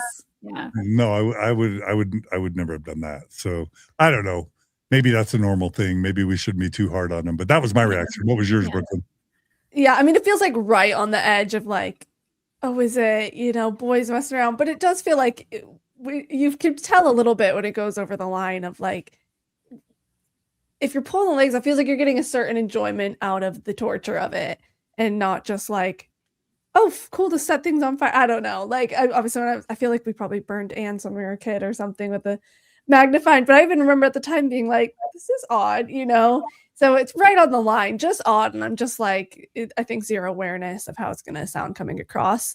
I think in a few things that I saw from him, it seems like he just is kind of up there trying to like crack jokes and be a bit funny, and it just comes across as like weird the whole time and just kind of unaware to me. Another thought that I had while I was playing, it was that as somebody who works or like helps set up the studio and make sure the lighting is right on these people, it seemed kind of critical. Like, I hope that person didn't feel bad who was setting this up. It looks like they're in some kind of stadium. I don't know if they're in a stake building. But anyway, I would just feel bad for the person who set this all up on the stage and had the lightings going, and then he gets criticized by a general authority. Like, that would make me feel really bad. So that's such a good point, Julia. Yeah, I did theater tech and worked those light decks, and it's tough work. Yeah. For me, good lighting and sound is one of the hardest things in the world. Yeah. Really quick, yeah. I think now that I'm thinking about it a little bit, Julia, it's the torture part. Like I would kill a grasshopper if I felt like it was eating my garden, or step on a cockroach if it was grossing me out and it was in my kitchen. But I would never want to prolong the pain and suffering of anything. Yeah, that's where it crosses over the gray Yeah. line to me. Yeah. Yeah. But Where it's like also- lack of empathy. Yeah. Mhm. And then also because your It's like point, a curiosity for that feeling, which is just odd. But sorry, Yeah. John, go ahead. yeah, and even if you did that, and maybe you don't even believe that anymore, it is a little weird that you wouldn't have the presence to not tell people that as like a high level spiritual leader. Yeah. I mean, on the one hand, you're glad he's not filtering and hiding and lying about who he is, but it does show a certain lack of tact or discretion or Well, awareness. And that's what these 4 clips are, I feel like, is just him being unaware of his audience, it seems like. Okay. But anyway. Yeah. Okay. Okay, so this next one was, I think, the one that got the most attention. I've just labeled it racial comments. And then I have some commentary after this. But yeah, we can just play it. Grateful for this light. I'm especially grateful that we could sing This Little Light of Mine. That's a song where white people try to sing like black people. And it's our hymn, but I want you to know that we sang it in our ward. I happen to be visiting our ward because I don't get to go to my home ward. And we sang it for intermediate or something hymn. And I'm sitting next to our second counselor there on the stand. And he's singing This Little Light of Mine, I'm a gonna let it shine. And I went, dude, I wanted to turn to him and say, you know you're white. And he was saying, no, I'm an African slave is what I am. And he's singing Swanee River. And anyway, I'm so glad it's in our hymn book. It does make you move just a little bit. And then there's another hymn in there that makes you move even more. I'm going to live so God can use me. I like that one. I'm grateful that we can rejoice in our music. Oh, gosh. I haven't like cringed that hard in I don't know how long. It's just like it's hard to even comment on. Just gross. And as somebody who is a historian, like why would you say that? Like he is quoting somebody else who's saying, "Oh, I'm an African slave." Like, why are you saying that? Why are you even sharing this with this audience? Like, it does sort of seem like he's trying to be funny, like you were saying, Brooklyn, like he's trying to crack jokes. But this was very distasteful. It just shows how unaware. Yeah. Why are you saying the word slave when you're up in a microphone like ever? Yeah. Unless we're like talking about, obviously racial issues or it just the whole thing is baffling and odd to me. You can kind of tell he catches himself and is like, oh, I'm going off in the wrong direction because he's like, oh, he says something, Swanee River. Oh, well, anyways, and just it just is a glimpse into what else could be lying beneath the surface that I don't like. Yeah. Yeah, like to imply, I mean, he's clearly referring to African spiritualism or evangelical Black church movement in the sense that they clap and they stand but that's not just Blacks. Like, that's not just Black people, excuse me. Like Assembly of God churches have white people and they stand and they sing so why is it only Black Christians that move? First of all, that's weird. I didn't like his reference to like getting up and moving, he just so many, he like hit so many points of like, please don't go there. Yeah. And then he's like, I'm a gonna, like he's kind of making fun of that colloquial, I don't know, regional language. But white people you ever been to Appalachia? You ever been to the South? White people, lots of white people talk that way too. So why? Yeah. Other people saying that in the comments too, of like, that's not exclusive. He's almost telling on himself of like that you immediately perceived that as something racial. And now you're turning it into and now making the weird comment. And you're the one, dude, I don't know. It's just the weird, like that could have totally not even been the intention to begin with. Like you don't even know what to say about it. The whole thing's so odd, and I just don't know how people say the things they do sometimes. Yeah. And Yeah. why would he turn to a guy, a Mormon sitting next to him, and say, dude, you know you're not an African slave? Like, why? Well, I think he said, you know, you're not black. And then the man says, no, I am an African slave. So I don't want to put words in I his mouth. didn't even I'm just trying to- understand. Yeah, I didn't follow it that much either. Of like, is he telling us? Yeah, You're singing a church approved hymn, and you're like, dude, you know you're not black, right? Yeah. Why would you ever? What? Yeah. If I'm trying to overanalyze this, I do think there's a degree to which there's a feeling amongst conservatives that the left overreached with its cultural standards or values over the past 10 or 20 years. And I think that, has recently been deemed kind of anti-wokeism. And I do think that there's a degree to which conservatives who haven't liked liberal or progressive ideologies for a long time have felt validated at their antipathy towards progressive or liberal values by being able to kind of like say, yeah, now that wokeism's dead, I can say an off-color or a kind of a conservative thing because now society has rejected wokeism. And I almost feel like that's kind of what makes him feel like he can talk like this, is because it feels like the left lost, wokeism lost, and so now he's safe to throw a little anti-woke jab here and there. And I would love our leaders, I would love LDS church leaders to rise above that kind of cultural garbage. Either side, right? Either side. Got a better example. Yeah. Maybe we're being too hard on him. I don't know. What do you think, Julia? You're I don't know. Yeah, I really don't like. I'm studying to be a historian, so I'm taking a bunch of classes, and I'm taking a bunch from like the African American studies. And like, how can you say that? Like, how can you stand up there and say things that he's saying? Like, it's just, I really don't like it. I do have some slides after this because he references two hymns. And I just went to the church, the LDS church, a month or so ago for my kids' primary program. And while I was there, I noticed that there was. They had the normal green hymn book, and then they had another folder that had all these laminated hymns in it, and they had a bunch of these. They were included because so, I think these are going to come out in a new edition of book, right? Yeah. So I think they're working on a new hymn book, and that just we all agree that's amazing. Yeah, and so like one thing that I would notice was at these next slides where there was a lot of African. I don't know if they're folk traditional songs, but there was a lot of those in there. And I was like, is this a good thing? Are we moving towards this sort of felt mainstream Christianity? But also the church, I think, is growing in Africa. And so like, I'm not sure if they're trying to like help be more inclusive or more diverse. So I just wasn't sure if this was a good thing or not. I just don't like his talk. I did think in the moment that adding these songs was good. So I just, so this little light of mine, and you can see on the side, it says the African American spiritual type music. Yeah. How it's labeled. But yeah, so I wasn't sure because I like that those were in the hymn book or in the hymn folder, I suppose. But and then the next one. I'm going to live so God can use me is what he was referencing. Also. Okay. African American spiritual. Yeah, that's kind of what they're called. Yeah. I mean, it might, if I was an African American member of the church, I would like to see more of these songs show up in the hymn book, from all sorts of traditions and cultures, and they take it from all over, and it's kind of, I don't know, these hymns are pulled from everywhere and they're kind of repurposed from different things, and I feel like it should be representative of all cultures going to the churches. So I like that for sure.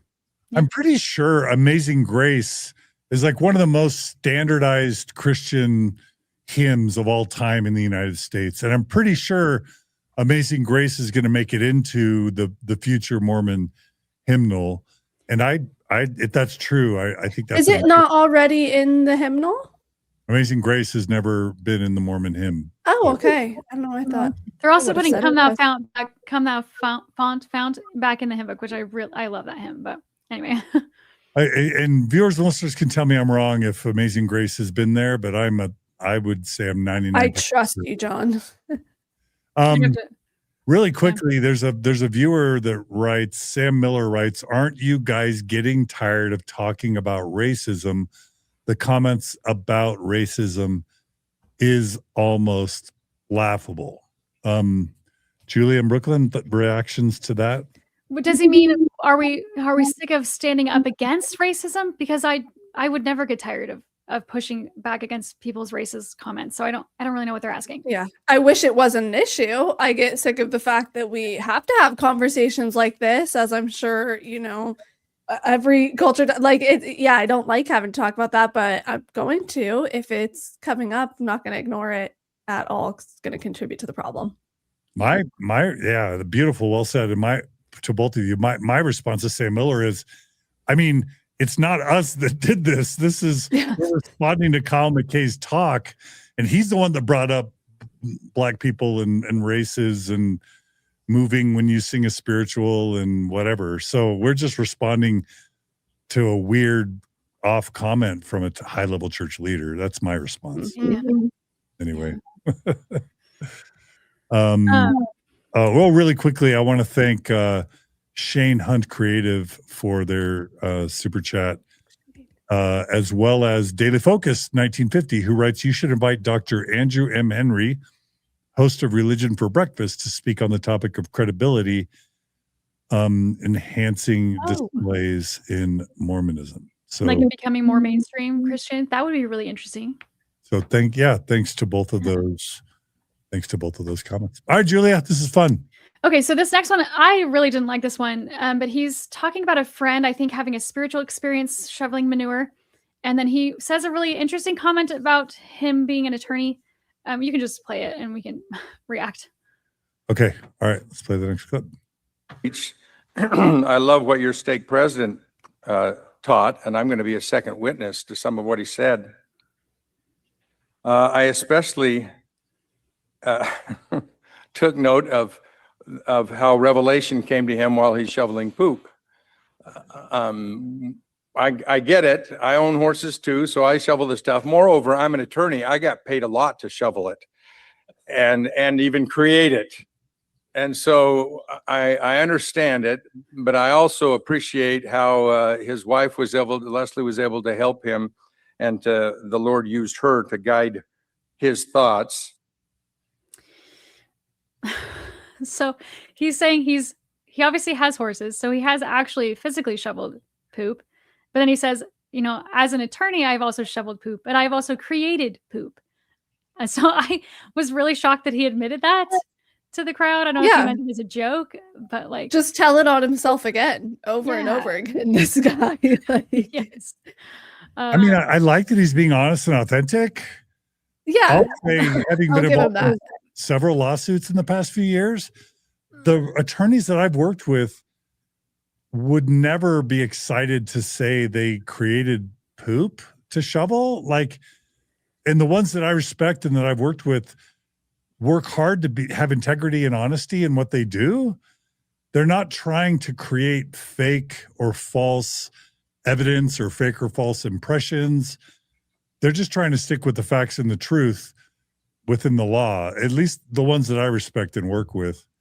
So that is a weird thing. And maybe he's just joking, but I'm guessing he's not totally joking. I don't feel like he's joking. And I don't think all attorneys would endorse that practice of creating poop is what it means to be an attorney. I don't know. Maybe there are absolutely attorneys out there that say, I'm not going to fight for you unless I believe in this case, because that's important to me. I think there's so much like messiness, horse poop, if you will, that you can get caught up in that profession. And I think that some people just set that boundary for themselves. And I highly respect that and would also want that if I, need to hire an attorney. I don't want someone that feels like I can argue anything, so I'll pull it out of wherever and get the job done for you. Like, no, I want it done it right. And so, yeah, it makes me lose a bit of respect for him as an attorney for sure.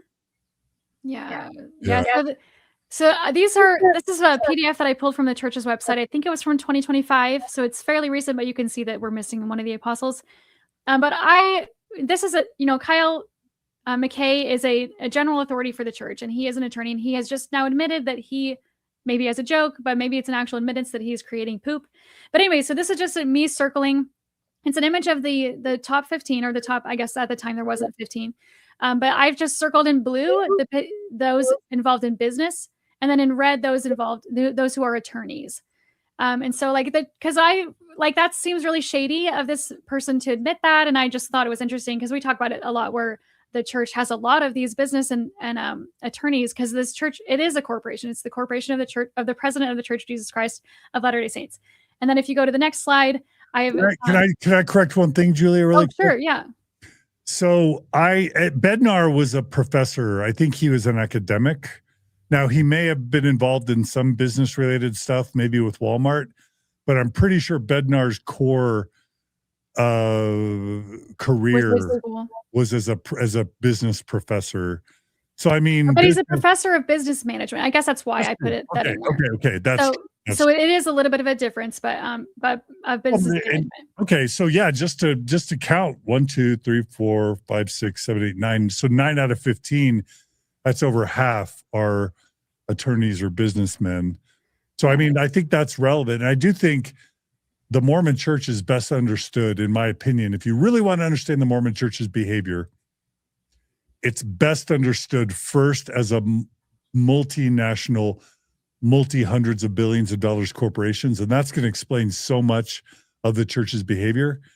And then secondly, I think the second best way to understand the Mormon Church's behavior is as a legal defense, as a law firm. Because if you just look at the fact that the past 4 or 5 church historians have all been attorneys, why would you pick attorneys and not actual credible historians as historians? It's because you're looking for the types of mental gymnastics or justifications that an attorney would employ to then spin and shovel the malarkey of the history that you as a church have been shoveling. And so I do think, in a weird way, Kyle is saying the quiet part out loud as church historian and as a former attorney church historian. He's kind of admitting that the Mormon Church History Department shovels poop. And that he's real good at it. and that's probably it's his favorite thing to do. And that's probably why he was called into that position. I don't know. Anyway, Julie, I that's interesting, actually. Yeah. And this is just more of that page. And so you have 3 businessmen and then 2 attorneys for the first presidency of the 70 and then the presiding bishopric. And I didn't do the full 70 because they have that in the spread. But I was like, I don't have time for this. So if somebody wants to do that and figure out how many are businessmen or attorneys, that'd be really interesting to see. But this just is showing more of that, more of the same. Let me ask y'all about this. So what do you think about the idea that, like, well, if they've been successful in business or law, it means they have character. It means they are good organizers. It means they're good leaders. If you're a multi-billion-dollar church, multinational, you just need good leaders. You need smart people. You need people with high educations, advanced degrees, and who have managed large corporations. And so it doesn't make sense to have school teachers or plumbers or bakers, or other types of low-level, blue-collar or less credentialed types of professions as high-level church leaders, because we need advanced degrees and leaders of large organizations to run a super large and wealthy organization. Do you like that justification or not? As you were speaking, my thought was there's a lot of people in my life, because we're not well off financially. We're regular, as my opinion. But like, I always understood that my dad would never be called as a general authority because we don't have that much money. And it just seems like a money thing. So it seems like God looketh on the bank account or the income rather than on the heart. I don't really know. Like, I'm sure that there's good people who make money. There's good people who make less money. So I don't know. I have mixed feelings about it, but like, I don't know. I think it's no different than the broader culture that the church exists in. I think it's a little microcosm of America. It's a very uniquely American religion. And I think that all the things that make, white men successful in America is making white men super successful in the church as well. And it's kind of the same things happening and, not really rising above what, I don't know what I want to say, but what people are generally doing and not showing like, hey, we can't, because obviously there's brilliant people everywhere. And if we're talking about church leaders, shouldn't it be more about, are you a good person that we want to follow? You know, do you exemplify Christ in your life? And you can do that just as well as a plumber as a businessman. So that's what I think we should be looking more for in church leaders. And then if you want to have people run the accounts, then like, yeah, hire people with degrees or whatever. I think that Mormons really love wealth and status, though, as we know, and it just shows here. And then you have, it's the same problem that happens in all institutions and boardrooms in America. Once you have all those people working up there together, they're going to keep hiring those same people. And then it just creates this endless loop of the snake eating the tail of like, okay, how do we now get some new blood into that circle that's going to bring other, you know, it's just this never ending problem that I can't even begin to speak on because I have no idea what I'm talking about, but it's just like clear what's happening. Yeah. Yeah. As I'm contemplating my own question, those were, that was all very well said from both of you. If we look at Jesus, didn't Jesus call fishermen commoners? So, I mean, one thing we can do is look at Jesus' example, and I don't think he necessarily chose the richest and the lawyers and the most powerful as his 12. And he could have called the richest and the most powerful people, I suppose, as his 12 apostles. So that's something. There is the thing that Jesus said, where your heart is there, where your treasure is, there will your heart be also. And if it seems like the church has prioritized wealth and power, and so it makes sense that it would hire and choose a leadership that reflects where its heart seems to be, which is in amassing wealth and power. Mm-hmm. And so that makes sense. The final thing I just want to say is another episode that we're going to be releasing, I think next week, is with a woman named Rebecca, whose husband was found out to be let's just say abusive. And when the law got involved and legal issues got involved, basically she was cut off from her stake president and from higher level leaders, because there was this conflict of interest of like the leaders at that point represented the church. And if she was going to be involved in a lawsuit, then the stake president couldn't be talking to her, because then that could be used against the church in a court of law. And what it left was a woman who is a victim of abuse having no support. And I think the church needs to separate sort of administrative leadership from spiritual pastoral care. And I just, great point.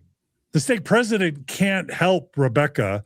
And again, please tune into that next episode, because the stake president that withdrew from her ends up being made an area authority as almost, some would say, a reward for taking care of the church legally. And I'm not saying that's true. I'm saying she had the impression that the stake president that withdrew his support from her as a victim of abuse, that the church rewarded him with an area authority position for the way he handled, or some would say mishandled, that whole thing. My biggest sadness around that whole story was, why couldn't that stake president, if he had to recuse himself from pastoral care, just assign another stake leader to be her support? But instead, she and her family basically, it seems, got no help, because the bishop was told by the stake president nothing about the husband, and was told that if he ever hears anything about the husband, who is a former bishop and a former stake presidency member, was told to put a blanket on it. And so she couldn't get help from her bishop, and she got no help from her stake president. And I think the church needs to just implement pastoral care as separate from administrative bureaucratic leadership. Anyway, I just had one. Yeah, I agree. It's well said. Yeah. Okay. Sorry, Julia, what's the last clip? Yeah. So this is, I've labeled it daughter's appearance, and this is just his final thing that he says that I think is controversial. So. Okay. All right. Emery, when she was talking about, and she quoted Sister Runia, I just need to say this before I move on. She quoted Sister Runia. You remember this talk? It was a talk, beautiful talk about repentance. And she said, she used her hands. Remember this? Even when your behavior is down here, your worth is up here. Your worth always stays up here. And your behavior should be up here. But when it's down here, Your worth is still up here. Our little grandchildren listened to that talk. And 7-year-old Catherine was with her mother, who is our daughter, one day shortly after that conference. And our daughter had been exfoliating her face and doing whatever scrub with it, and it didn't look its best. Our daughter's beautiful, but on that day, she was, she wasn't showing her face in public, but she was showing it to her children. And her daughter said, "Mom, what's with your face?" And our daughter Mary Kate said, "Well, honey, I'm exfoliating it, and it's just having a hard day." And Catherine said, "I know, Mom, I know. Your worth is up here, but your face." So just remember, those gestures can be applied even in a gentle diss from a child. I didn't hear anyone laugh. I was going to say that the non-reaction so from the quiet. crowd is the funniest part, the silence. And I think it was like that through all of these clips. Like I haven't heard but the quality of the audio was really good, so I couldn't hear anything even when you stood up. So like maybe it's just I can't hear it, but I really didn't hear any of the audience reaction about. As women, like say what your reaction was to that. I'd like to hear. I don't know. Yeah, why are you commenting on this person, on your daughter's appearance in front of this being crowd like, of well, people? she wasn't pretty that day, I feel like any normal, my dad would be like, "You're the most beautiful person every day." Like, it's once again, every one of these clips, I'm like, there's like 10 different things that I'm like, what was going on here? Why did you say this? He just kind of like word vomits out weird stuff. And he's like, I have to say this last part or whatever. Like, yeah, why? Right. Like his overall talk was actually pretty good. I just wish he hadn't given any of these comments. Like, yeah. I mean, my thought was that already, from my Mormon standpoint, I didn't agree with what he was saying about your worth is up here, but your behavior is down here. Because I felt like in the church, if my behavior is down here, my worth is like through the floor, So even just that. Obviously it wasn't offensive or anything what he was saying, but I was just like, that's not how I felt. Yeah. I mean, I will say to his credit, I like that teaching better than how maybe we experience Mormonism, right? Yeah, I wish I'd been raised like that for sure. Yeah. But he could have said that part and not have said the thing about his daughter. Like, yeah, anyway. Yeah, well, cringy. And, Yeah, there was a reason that talk was removed. I love the fact that the church in 2026 is sometimes reacting in real time to liberal or ex-Mormons critiques on the internet. It makes me so happy. Yeah. It just shows where, I had to come to grips years ago with the reality that what we often do in the ex-Mormon internet is make the church better. Mm-hmm. That's what we do. Absolutely. Yeah. And I like that. That's actually one of my main motivations, and it always has been. So I like that. I wonder why they took the whole thing down. Because like I know you can edit in YouTube. Like at Brooklyn, you do this too, where you can clip things out. Because like, then we would have highlighted all the things they took out. which is what we're doing now. So, anyway. I mean, it doesn't seem like there'd be much left after they clipped it all out. So it's better to just take it all down. That would have been an awkward edit for sure. Yeah, I guess that's true. Anyway, I want to give grace to people. I think he was trying to be funny. Yeah. It probably sucks to have to give talks all the time. So grace to Kyle McKay, but maybe work with a PR firm or something to find better jokes. Just a little self-reflection of like, I don't know. It was just a lot of, I think, opinion slipping out that I don't think he's a bad guy or anything, but yeah, the world's changing. Let's change with it. Yeah, we all can work on, and myself included, on all being of a us. little more thoughtful about the things I say and don't say. Yeah, I was raised Mormon. I'm a culprit of saying lots of, messed up things. Yeah, that we have to combat every day. Still working at it. It also makes me think of Brad Wilcox gave a talk not long ago, and I think that's one of the reasons why the Mormon Stories numbers shot up. But after that he came out and he made an apology of sorts, and so I kind of wonder if Kyle McKay is going to say anything or if we can see that in the future. But anyway, I doubt it. I doubt this one. This didn't reach catastrophic proportions. The Brad I guess Wilcox Brad's comments were earthquake. really bad. Yeah, that's true. Couple comments that were shared from previous topics. So Noah Harmer 8288 wrote, Amazing Grace was in Emma's original hymnal. I forgot about that, but was not in the one that the apostles, the Joseph Smith era, put together that became more prevalent with the Brighamite sect. So that's fun to hear. Yeah. And Marie Curry did acknowledge that Amazing Grace has been added to the latest hymn book. So thank you, Marie S. Curry. Ryan Scott writes, it's a current example of how the church's past racism still echoes today. So yeah, Ryan Scott's basically responding to Sam Miller, who said, aren't y'all talking about race? I want to refer all our viewers and listeners to my series I did with Matt Harris, historian Matt Harris, called Second Class Saints. Second Class Saints. Yeah. 17 episodes on the Curse of Cain, the one drop rule, and the priesthood and temple exclusion policy. It's definitely one of the most things I'm most proud of in Mormon Stories. He's one of the most brilliant guests we've ever had on Mormon Stories. But none of us should be tired of learning about the Mormon Church's history with race, because I don't think any of us know it well enough to be able to say we can all move past it. I think. Mhm. Yeah. Right? Yeah. Agreed. And then, yeah, Trevinon, when he's talking about the professions of apostles and first presidents, members, and church leaders, Trev writes, they could use the theologian. That's it. They could use women. They could use mental health professionals, right? Yeah. Yep. Yeah, They for could sure. use teachers and maybe even a plumber or a fisherman, right? Also, in your last episode, Dr. Brad Reedy, he mentions, and I've heard this before too. Sorry, this is kind of off topic a little bit. They said that therapy is a tool from Satan. So I don't know that they ever would call somebody who's in the mental health field. They might someday, but it's definitely would be a change from a long history It would be a big change. Yeah. of humanizing the mental health profession. Yeah. Last comment I wanted to share was, again, Ryan Scott saying hiring attorneys, and I'm adding words here, but I think he's saying hiring attorneys and businessmen and millionaires and billionaires is a far cry from Jesus's admonition to sell all that you have and give it to the poor. And that's a good point as well, which I haven't done either. But then again, I don't call myself a literal Christian. So, I mean, I like to follow Jesus, but, you know. Mormons love to kind of forget the whole Yeah. sooner will a rich man go to heaven than a camel pass through the eye of a needle, you know? Like, we're just like, doesn't apply. Skim over. Yeah, No. Yeah.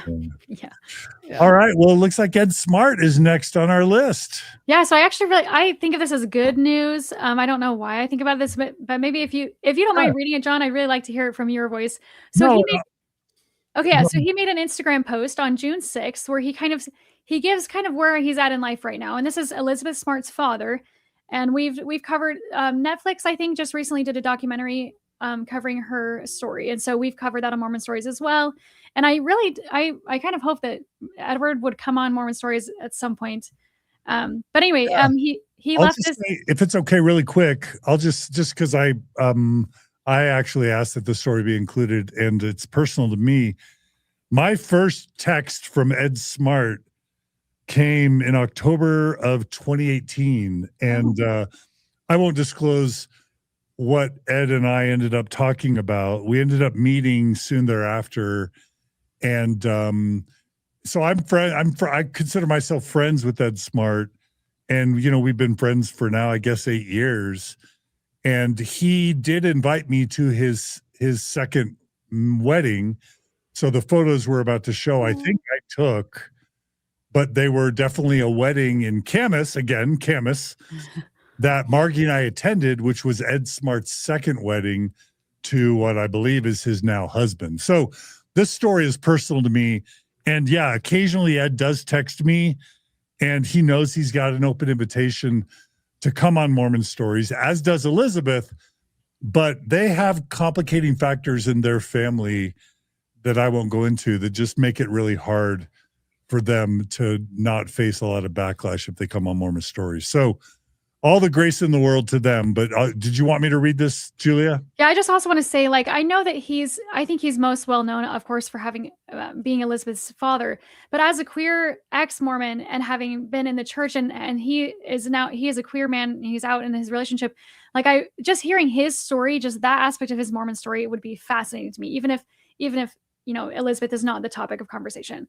But anyway, I just think he's a very interesting, seemingly upstanding person. So, but yeah, if you want to read his Instagram post, that'd be great. He's a sweetheart.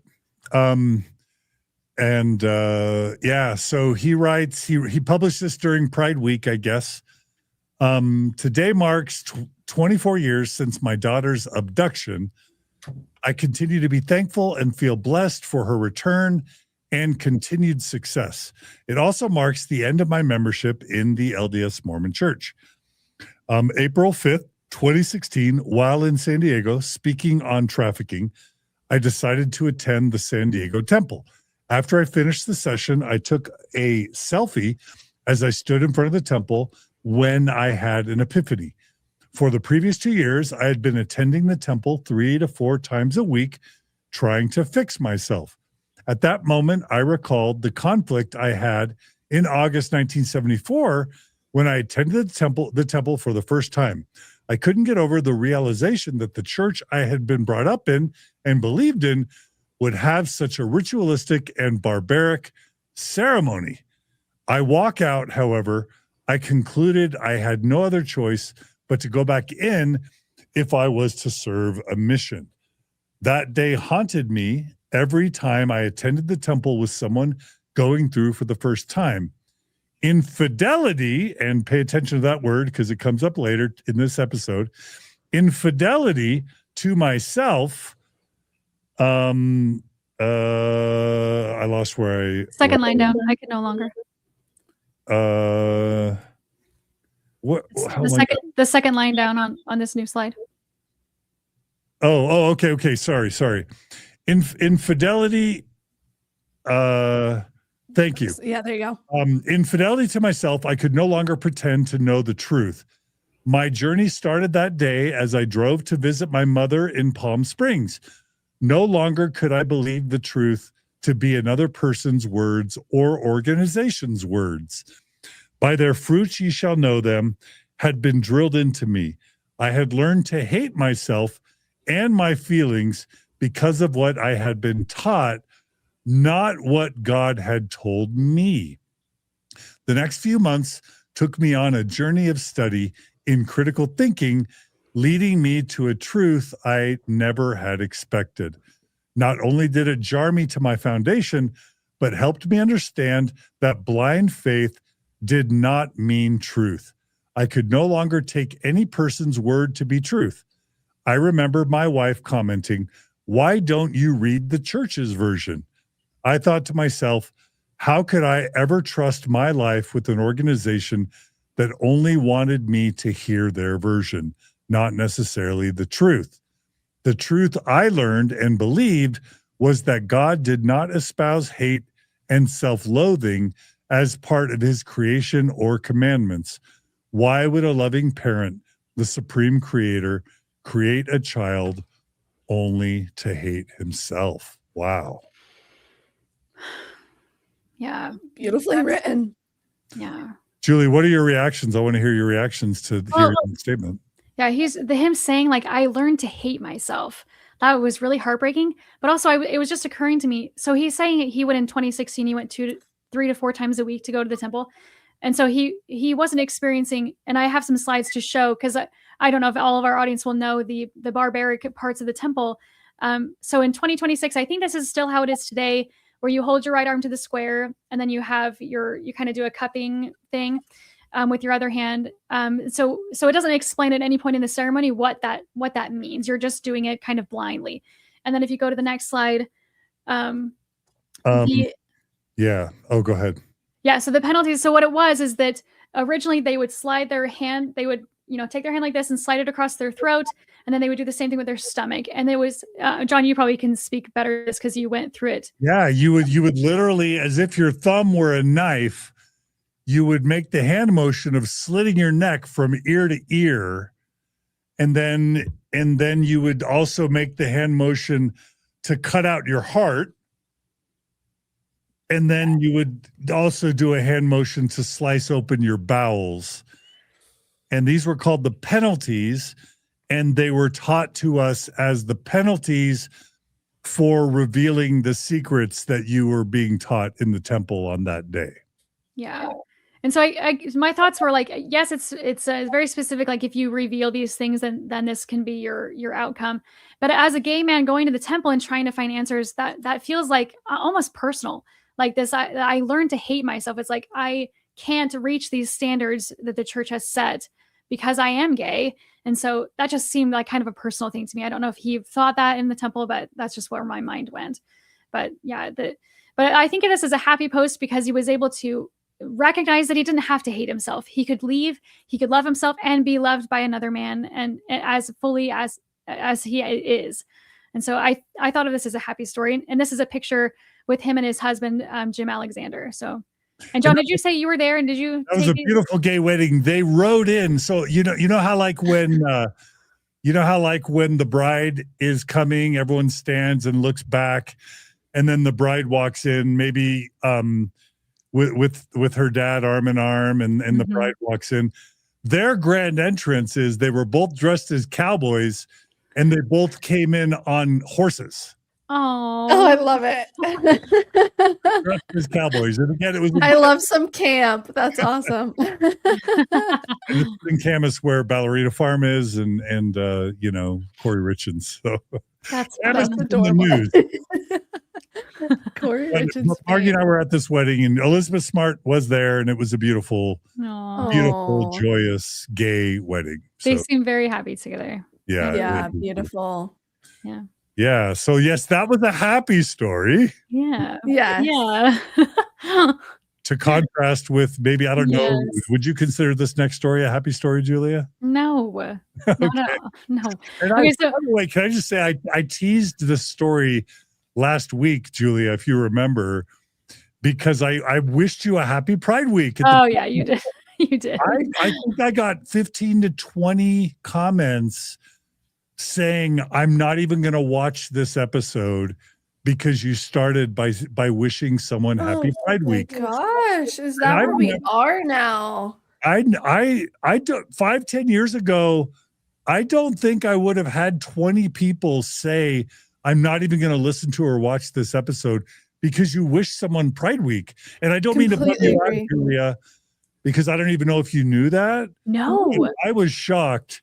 Oh my gosh. And I honestly, I banned them all because I don't want somebody listening to Mormon Stories if they don't want to listen because we wish a LGBT person a happy Pride Week. Like, even if you don't like Pride Week, I'm just going to say this. Even if you don't like Pride Week, even if you don't agree with Pride Week, I challenge your ethics or your love or your compassion or empathy. If you're not going to listen to an episode because an LGBT person is wished a happy Pride Week. That's wild to me. So my thoughts are like, people have birthdays and it's very personal. You can say happy birthday. Like, I want you to have a good day. Like, it doesn't have anything to do with you. You can say happy Pride Month and just have it. I don't know. That's so weird. Yeah.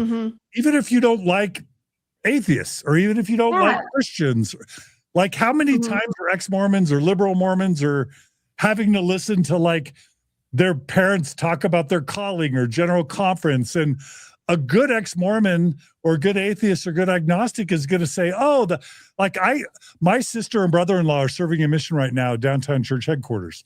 I'm with them every week. And they tell me about their mission. And you know what I do? I don't make snide comments. I don't make fun of them.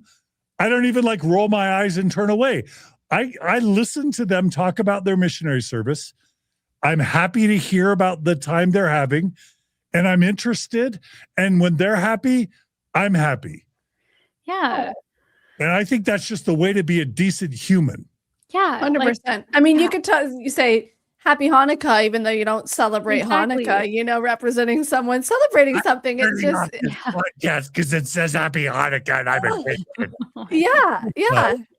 And I agree that I don't think 5 years ago that would have happened. So it's just kind of like a backlash. Yeah. Yeah. Anyway, I'm Don't sorry, like it. Julia, Yeah, because no. this probably affects you more than it does us in a way. Yeah, well, people, I feel bad because you lost viewers, but at the same time, I don't know if you even, I don't know. If I you- don't- need It's not a big deal that you. I don't feel Not bad needed. when Yeah. bigots Yeah. don't listen. Like I want them to listen, but it triggers me. So anyway, I Mhm. apologize. Yeah. Yeah. No, yeah, that's anyway. Okay, so yeah, this next topic is Fidelity Month, and this happened on June 4th. I should put it in quotes.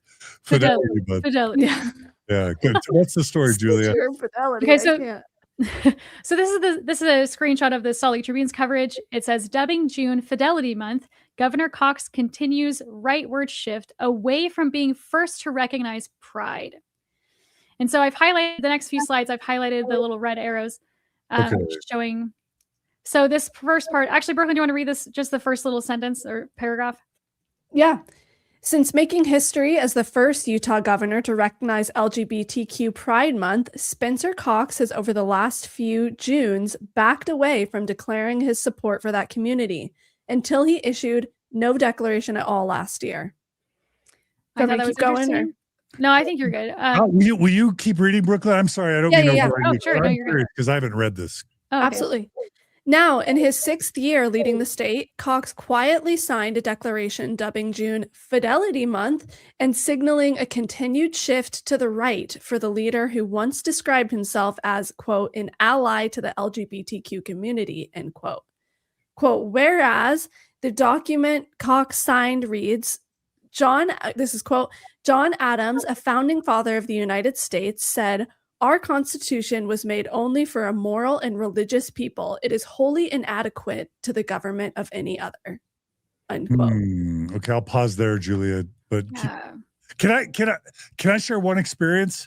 Yeah, of course. So obviously, Mormon Stories in its first year was interviewing, queer Mormons because that was a big part of my awakening when I heard about Stuart Mattis killing himself on the floor of a Mormon chapel in 2000 while I was working at Microsoft. And then my cousins who were gay stopped coming to family reunions, and that made me sad. And then, Margie's cousin Scott came out to us as gay, told us he wanted to kill himself.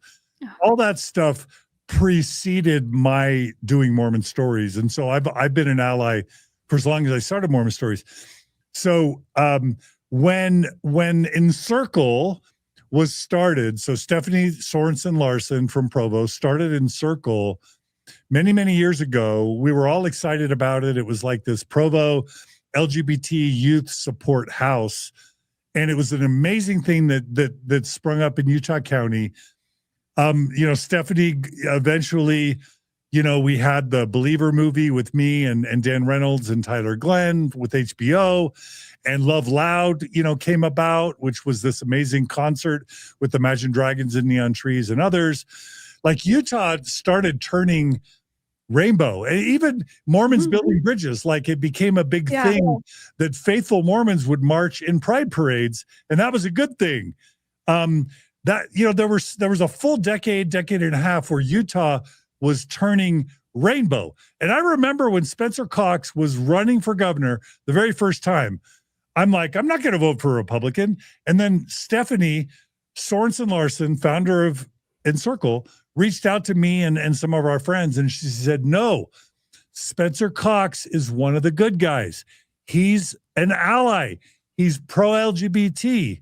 And you should vote for him because he is going to be good for the LGBTQ community. And sure enough, he got elected. And he followed through. And I remember when Utah declared some week or some day or some month a Love Loud Day or Love Loud Month. That's how much of an ally Spencer Cox was. So I'm flummoxed at why over the past several years I'm flummoxed and I'm not flummoxed about why he's changed, because how do you go in reverse? How do you get elected on being an ally? How do you govern as being an ally? And then all of a sudden back away from it? That doesn't make who becomes less of an LGBT ally over time?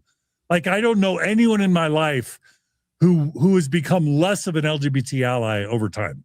But Julia, I'm ranting now, but will you take over now? But I just had to share that history. No, that's fine. One thing that I did look up, because I was like, what is the stats for LGBTQ in Utah or Salt Lake? So I just looked up for Salt Lake, and it says it ranks in the top 10 U.S. metro areas for LGBTQ population per capita. Mhm. And so, like, it doesn't really make sense. It seems like the people Gay overall. mayor. Salt Lake has a gay Yeah. mayor.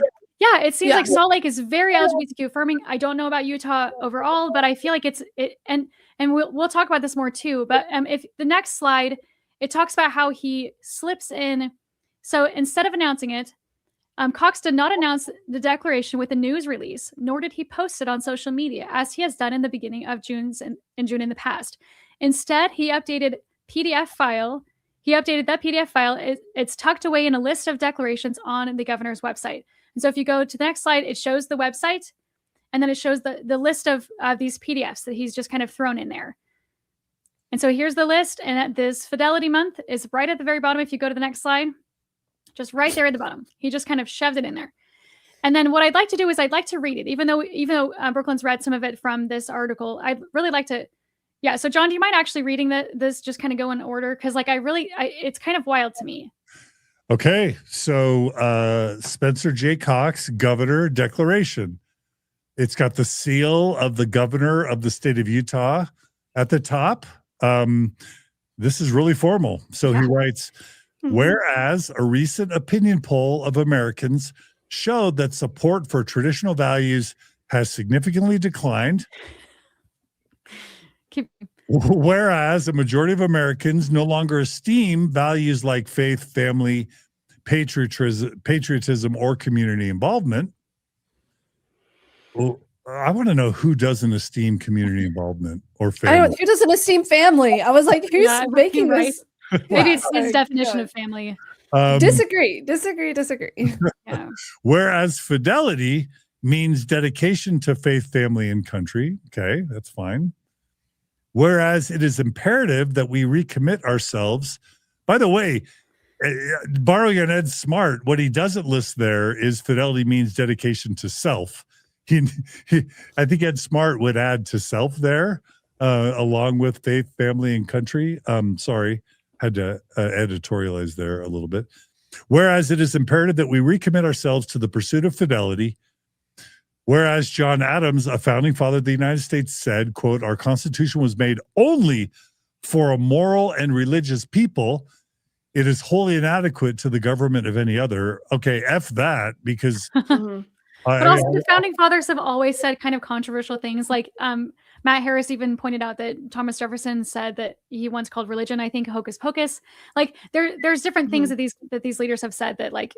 Well, they endorse slavery. Yeah, they're not the most upstanding people. So I don't know why we keep quoting them. Yeah. I would love to see the context of this John Adams quote to begin with, though, because true. Yeah, you could just pull anything and But the implication is that LGBT people aren't moral. Yeah, this doesn't make any sense. Yeah, and that religious people are. Like, really? Did Governor Cox just paid any attention to the bricks and whatever American folk scandal, anything? Like, does he really want to say or imply that religious people are moral, but the non-religious people aren't? Or none of this is mutually exclusive. Yeah. You know? Anyway, we're ranting. Whereas the survival of the United States depends on the shared bonds of faith, family, and patriotism. Okay, that's the gay menace that the gays are going to destroy. Well, even President Oaks has said that. He says having even just a couple generations of gay people, it would depopulate the nation. Something like that. Okay. Yeah. Whereas it is fitting to observe 1 month each year to rededicate the United States to its core values. Now, therefore, I, Spencer J. Cox, Governor of the great state of Utah, do hereby declare June 2026 as Fidelity Month in Utah, signed Spencer J. Cox, Governor, with his big fat signature. All right. The top two were interesting to me because he was like, a recent poll has been done, and it sounded to me like what it was saying was the recent poll was people were in support of LGBTQ rights. And then I can't remember exactly what the second one was, but it kind of made me think like the people don't really want this. They want to celebrate Pride Month. I think Salt Lake has some of the biggest Pride events Like I don't. Yeah, it Pride seems Month weird. in Salt Lake was huge. It was one of the most up and coming, like it was like the fastest growing Pride celebration in the United States, at least as of probably around 2018, I would guess when I heard that. It was huge. And so this just feels like a major shift backwards. And I was as surprised as John, because I was like, I didn't even realize that he was this kind of conservative, because I've just taken it as, I don't know, Julie and I were talking about this beforehand. I was like, I'm just surprised seeing this come from him. You know, I lived in Salt Lake. It's extremely liberal. It's extremely gay friendly and has beautiful LGBTQ plus community. So it's just surprising all around. And just like the government of Utah being in Salt Lake, I don't know, I just find it all odd and surprising. And yeah. How is he deciding the one quote that says like, this is what we need for America to like, how are you decide what the key is that's missing from America? And it's just an odd declaration all around. Yeah. Sorry to interrupt, but No. That was great. Yeah. Yeah, I'll just say,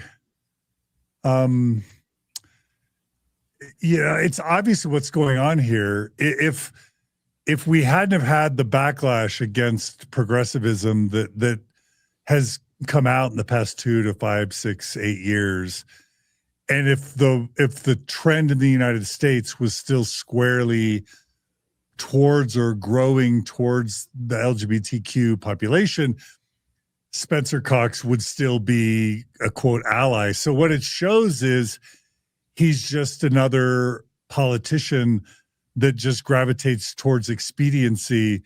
He doesn't really have solid core principles or values. And he's just kind of like gravitating towards whatever position provides him with political capital or expediency. And in that sense, it feels gross to me, but it's also gross because it's not an either or. I'll be honest. I hope y'all may disagree, but let me just give a take. I don't mind Fidelity Day. I don't even mind a traditional families month if they want to do that. But can you have both? Can you have, hey, this month is Pride Month and it's Traditional Values Month or Traditional Families Month, or a different month is Traditional Families Month? Yeah, why does it need to be June, especially for me? Yeah, but I'm not against saying we support traditional families or stay-at-home moms or having lots of kids. Yes, but also yes to LGBT Pride Month and celebration of them. And yeah, why the same month? So this is really sad and disappointing, especially when he talks about disagree better. Is this an example of disagree better? It's an example of disagreeing. Yeah. So he's got halfway there. It's just disappointing. He's been very disappointing to me personally. You know? Yeah. And as someone who's also a trans ally, just the way that the church in Utah has slowly tried to actually make life harder for trans people. Yeah, and that was in the article too. That I have a highlight for that. Yeah, so let's pull that up. Go ahead, Julia, take over. Well, so these next two are people's responses for this. So reading June as Fidelity Month instead of Pride Month, the organization added. So this is the organization of Project Rainbow in Utah. They said it's a slap in the face for LGBTQ Utahns. It would have been easy to start a campaign or recognize another month to pursue those goals, instead of taking Pride Month away from the community and then replacing it with an insult that implies LGBTQ people don't have families of their own, faith that they nourish, or a sense of patriotism that inspires them to make a community and country better. Well said. Yes.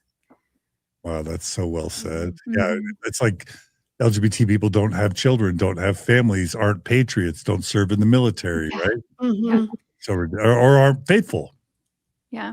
Yeah. And here's another one. It says pride is part of Utah's history, and celebrating it today is just as important as ever. A statement from House of Senator Democrats reads, at a time when so many communities, including the LGBTQ plus community, are being targeted and erased, Utah needs leaders who bring people together, not leaders who deliberately look for new ways to divide us. And then the next slide. Oh, yeah. Yeah, and then this last one was how Utah is changing for transgender individuals. It says, beginning January 28th, 2027, Utah doctors must stop providing gender-affirming care to minor patients who did not start hormone replacement therapy before May 6th of this year and cannot continue the care for anyone under 16 years old. Surgically changing a transgender minor's sex characteristics were already prohibited. Yeah.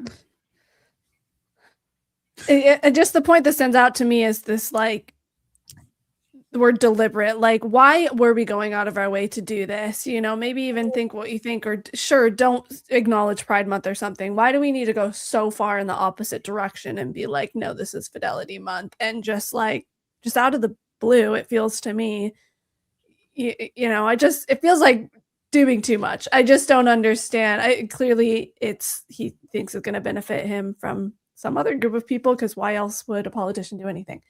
But I mean, I guess it's possible, if we're trying to have a good faith interpretation, it's possible his views on LGBT people have changed, and that somehow his time as governor made him think that LGBT people aren't patriotic, don't have families, and don't have faith, and that they don't deserve to be celebrated, and that he actually believes that showing support for LGBT people undermines and erodes the moral fabric of our country and threatens traditional families. Like, I guess it's possible that that's what being governor has taught him. I would argue that that's probably where he was to begin with, you know, and him early on wanted to get elected, knew there are lots of gay people in Salt Lake and lots of people who want to vote on this issue, especially back then. Even Mormons probably would have been down to vote for this issue. And it just kind of shows, I mean, Julie was talking about this before we started, kind of just shows the politician in him that most likely this was his opinion all along. He was kind of faking it before, and now he's probably going back into what his plan was all along. That's how I would perceive it. Now that I think about it, it was a fundraiser that Stephanie Sorensen Larson originally told me she learned about his views. So it could have been he was just trying to raise money.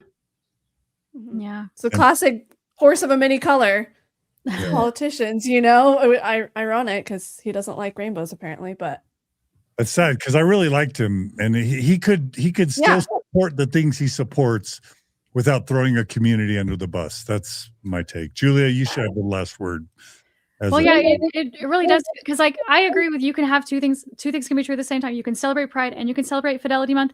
Again, those aren't exclusive. People who are queer can have the Fidelity also. But him not posting, him not celebrating Pride the last couple of Junes, I think it said like he's clearly choosing one and not the other. And so like that's really harmful to the community. And then with people who, especially people in power who have this opinion, that harms people who, these like 16-year-olds or younger that are looking for help because they have this gender, I can't remember what they don't feel like their gender in their body. Yeah, they need this gender affirming care. Like, so this is harming these people, or people like you said, Marky's cousin who was struggling.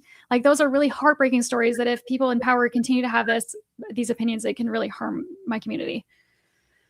So, yeah. All right. Some important pushback, I think, for sure. What do y'all think about the idea that Martin Luther King tried to espouse, that we need to move as a society towards a time when we don't judge people by the color of their skin or even their gender or their sexuality, but by the content of their character?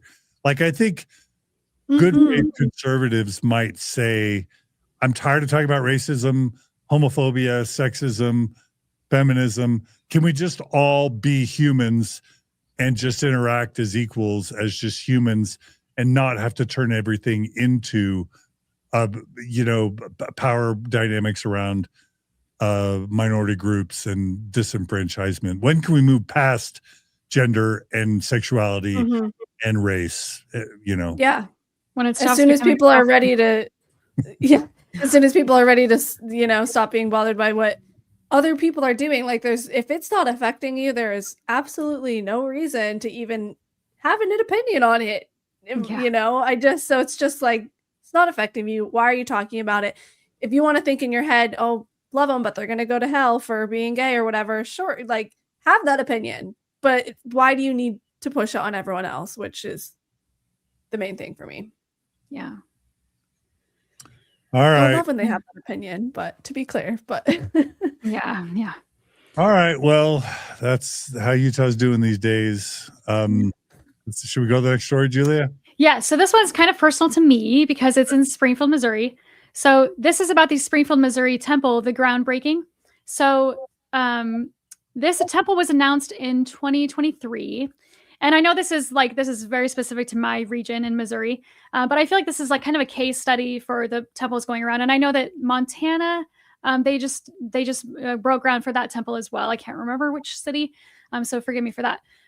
But the temple was delayed because of bats, because of the building of the temple was disrupting their migration patterns and things like that.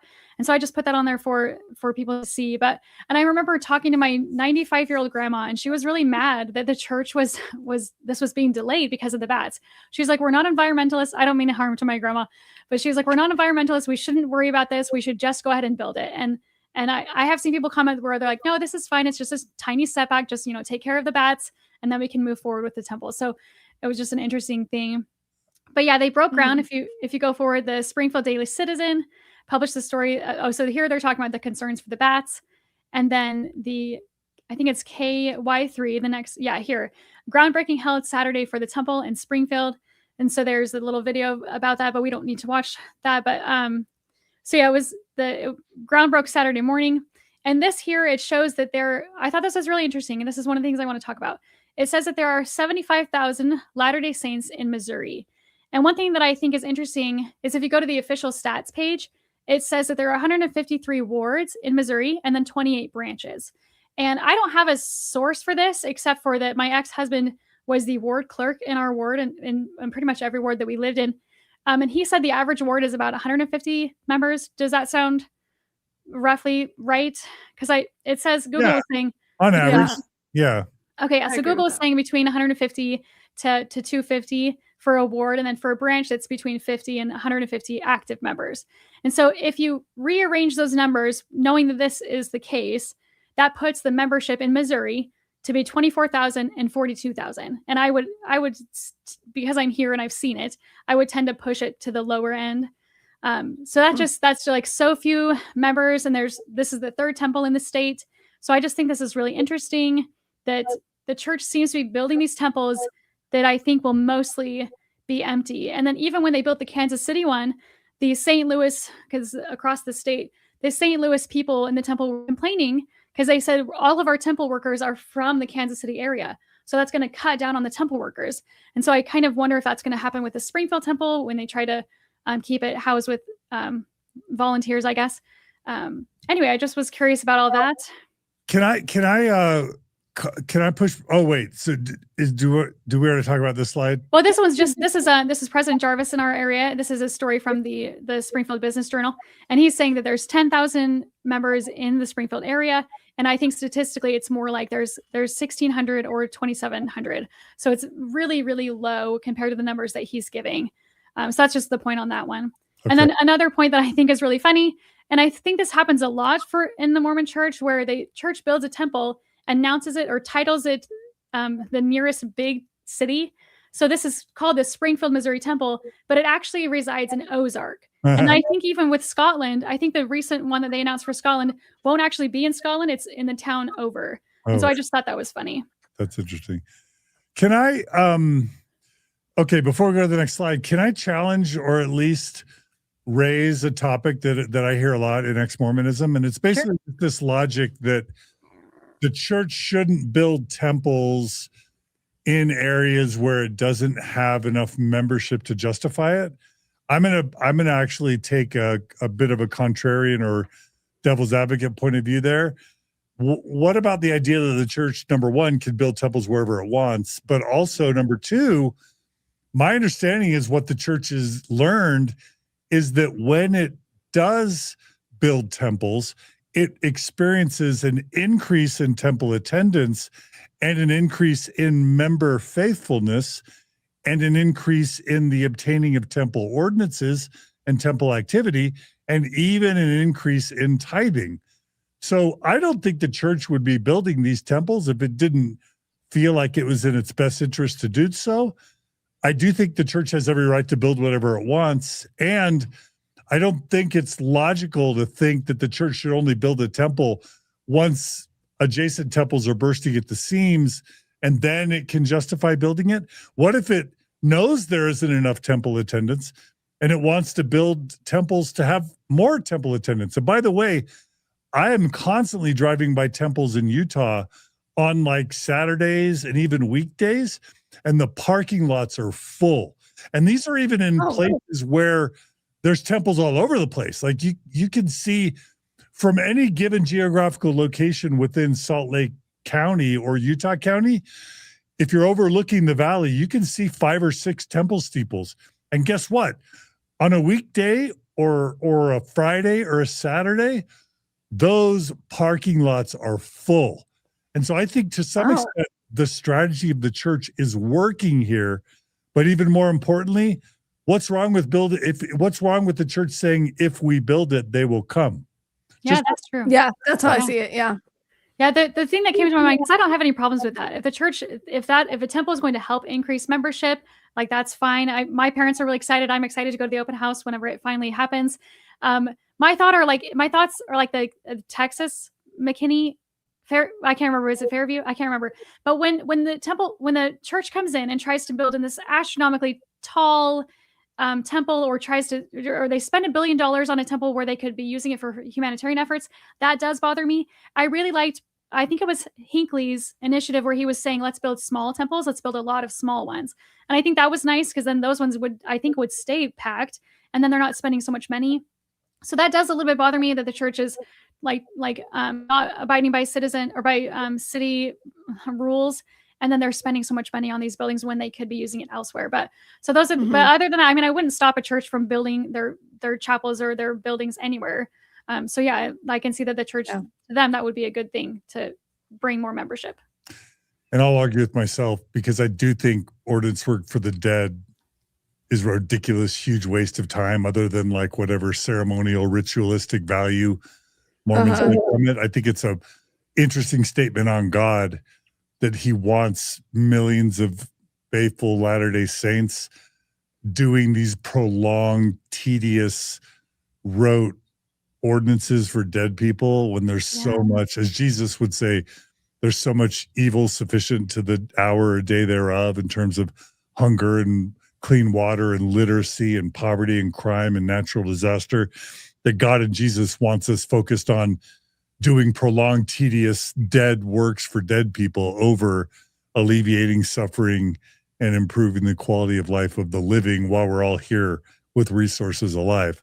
So I'm arguing with myself, but I guess it's the church's right to do it. I just think, what if Joseph Smith got that wrong? What if that's one of the things like the priesthood ban or polygamy that Joseph just got wrong because he interpreted a scripture in a certain way, and then members after him started practicing it, an inordinate amount of money and time got wasted that could have been better directed.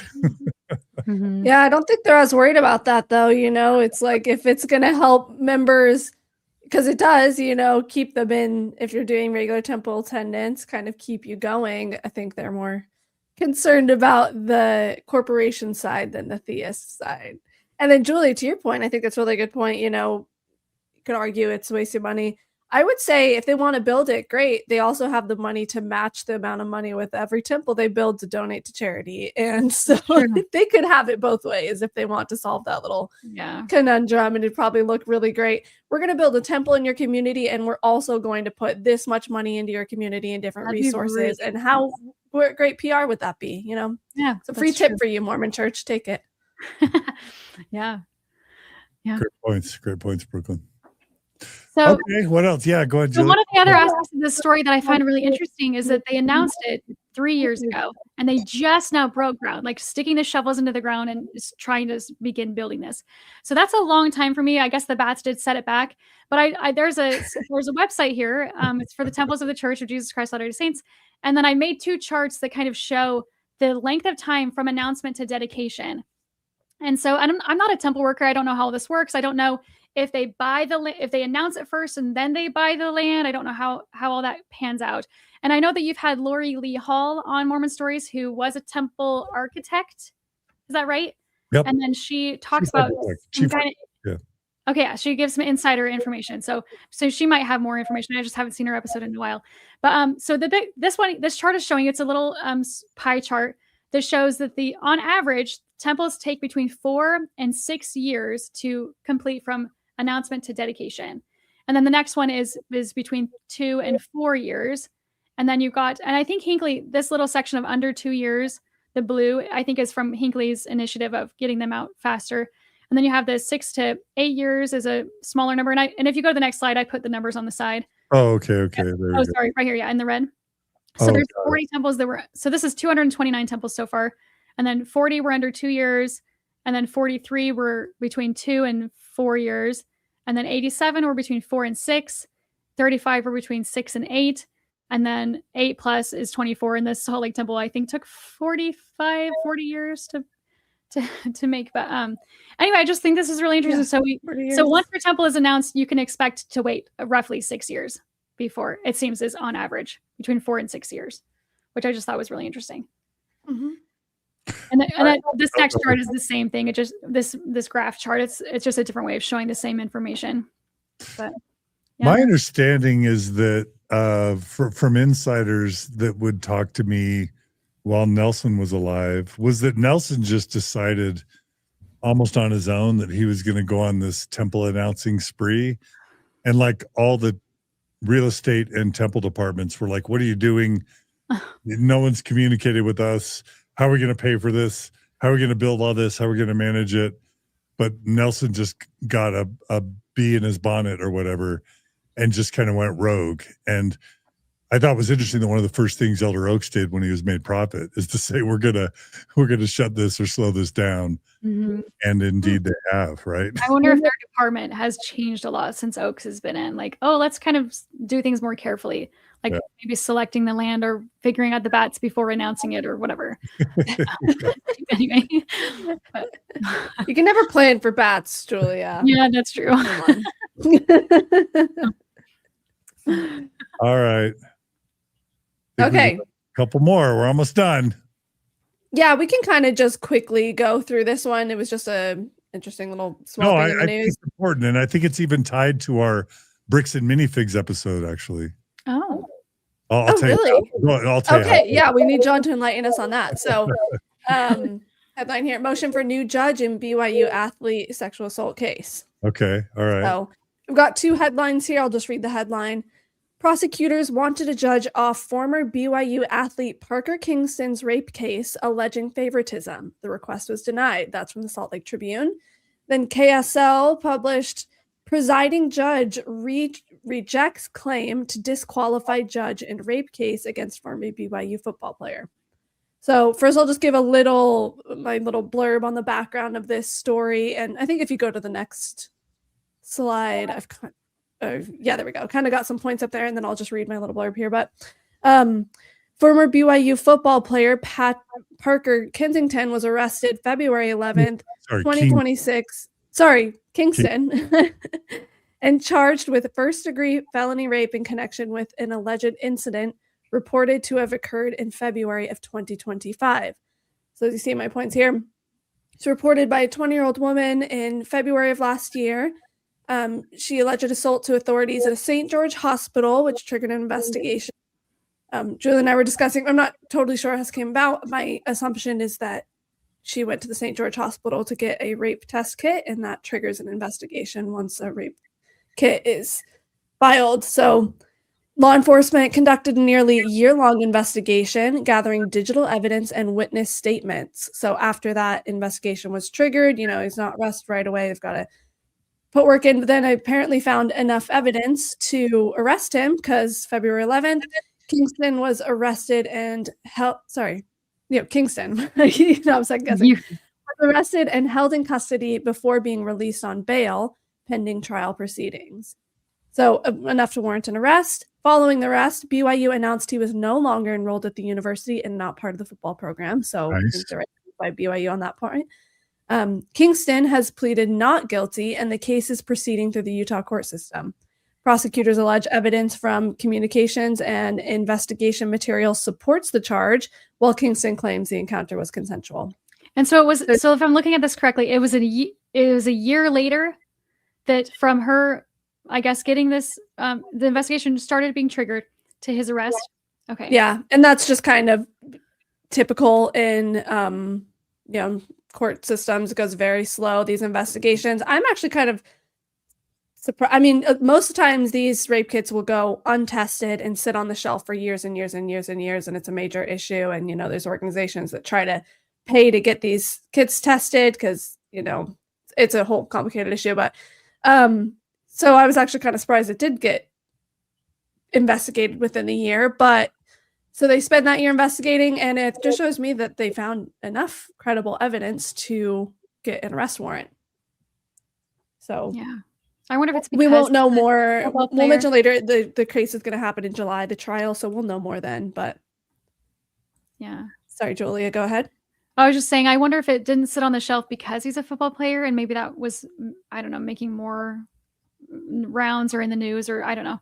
I feel like that's a bigger. I mean, case. it's possible. St. George, Utah is famously very Mormon, very LDS. There's going to be a lot of Cougars fans there, I'm sure. So it's possible. There's no evidence to that right now that we've seen, but anything's possible. For me, I think a year investigation doesn't sound abnormal. Oh, okay. Okay. Personally, for this kind of case.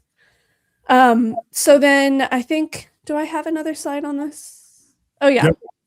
So the more recent news that's been happening is just deciding on partiality, if this judge was being impartial. So dispute centered on whether the trial should be delayed due to concerns about the alleged victim's health and their ability to testify in court.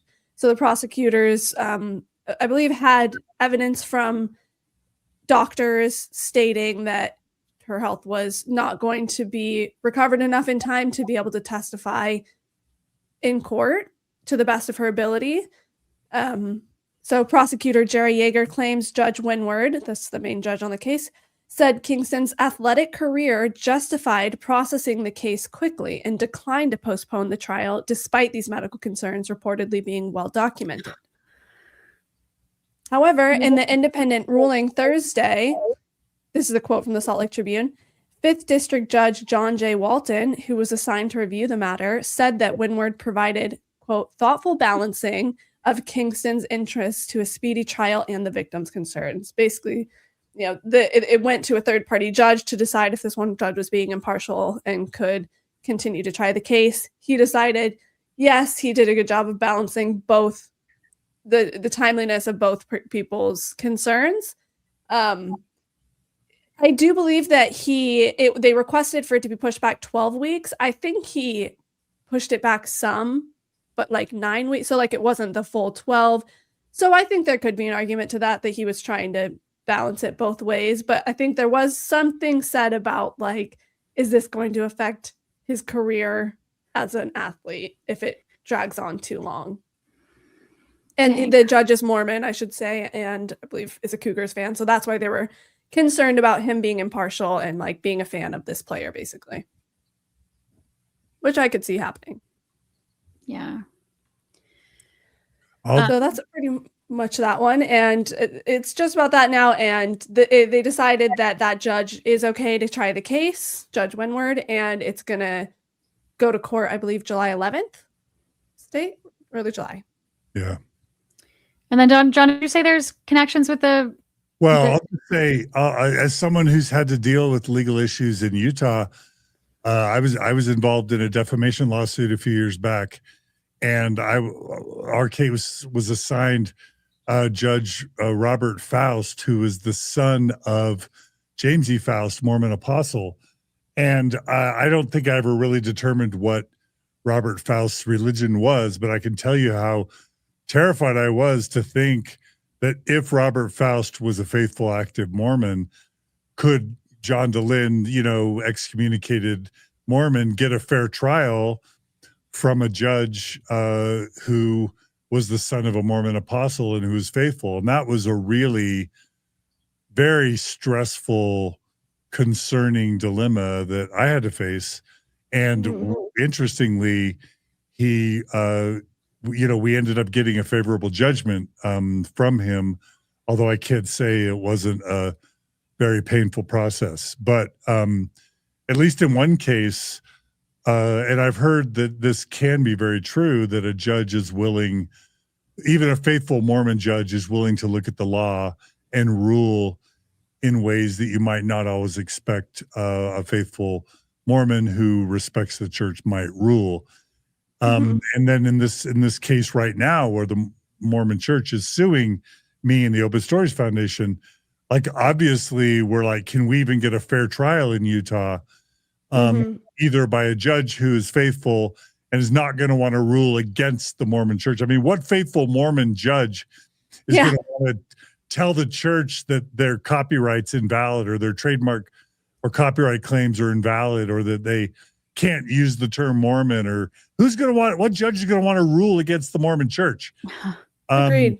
So, and then also even a jury trial, like in this case, the Mormon Church in their lawsuit against us has requested a jury trial. And that does beg the question, what if the jury's half or all faithful Mormon? Can, again, this case get a fair trial in Utah? And, it could be said the same in reverse. And so for the most part, the attorneys that I talk to feel like many judges who are even faithful and Mormon do their best to do a good and a fair job. But there are absolutely judges that attorneys don't want because they know that the judge is going to be biased by their faith or their allegiance to the church. So it's a valid, sticky thing. And I'll say it ties back to the bricks and minifigs, because obviously if these business owners that own bricks and minifigs are wealthy and church members and are influential, and they have connections with local American Fork judges or local American Fork police enforcement, they're going to get very different treatment likely as faithful card-carrying Mormons than out-of-state never Mormons are going to get. And so I just think, Utah territory started as a theocracy with Brigham Young. It's continued to be a theocracy in many ways to this day. As I understand it, the Utah legislature is like 80% faithful active Mormon, even though the church now represents less than half of its population being faithful Mormons. I'm guessing the church benefits from law enforcement officials who, especially when it comes to abuse cases and cases involving the church or leaders in the church, I'm sure evidence and justice is often handled with an eye towards privileging the church and its interests. And I think judges can be influenced, as can police officers and investigators. So I think this issue of blind justice in Utah and judges and law enforcement officers acting and ruling in ways that the church would favor is very much an issue in 2026. Yeah. I mean, even let alone saying if he's brave enough to go against the church, in your case, John. I mean, what about their ward that he returns to? You could, be treated differently by your ward for ruling against the church and be not treated. So I could actually feel like it's going to be very difficult to get. They could do their very, very best to be impartial, but just have all sorts of outside factors affecting that just because of how deeply entrenched we are in LDS culture in Utah, I think.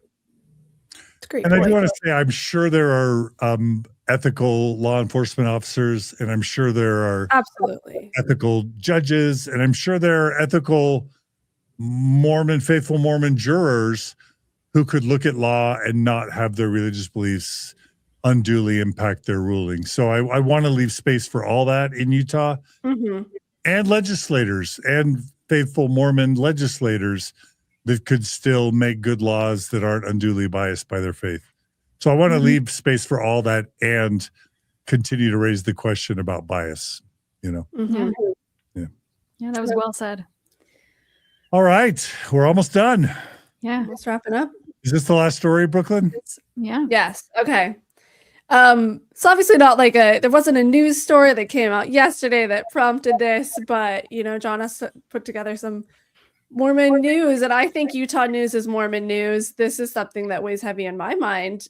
I've got to say, almost every day nowadays, I'm like, what are we going to do about the Great Salt Lake? I just will be walking and it just overwhelms me. It is a big issue, and I just want to make sure.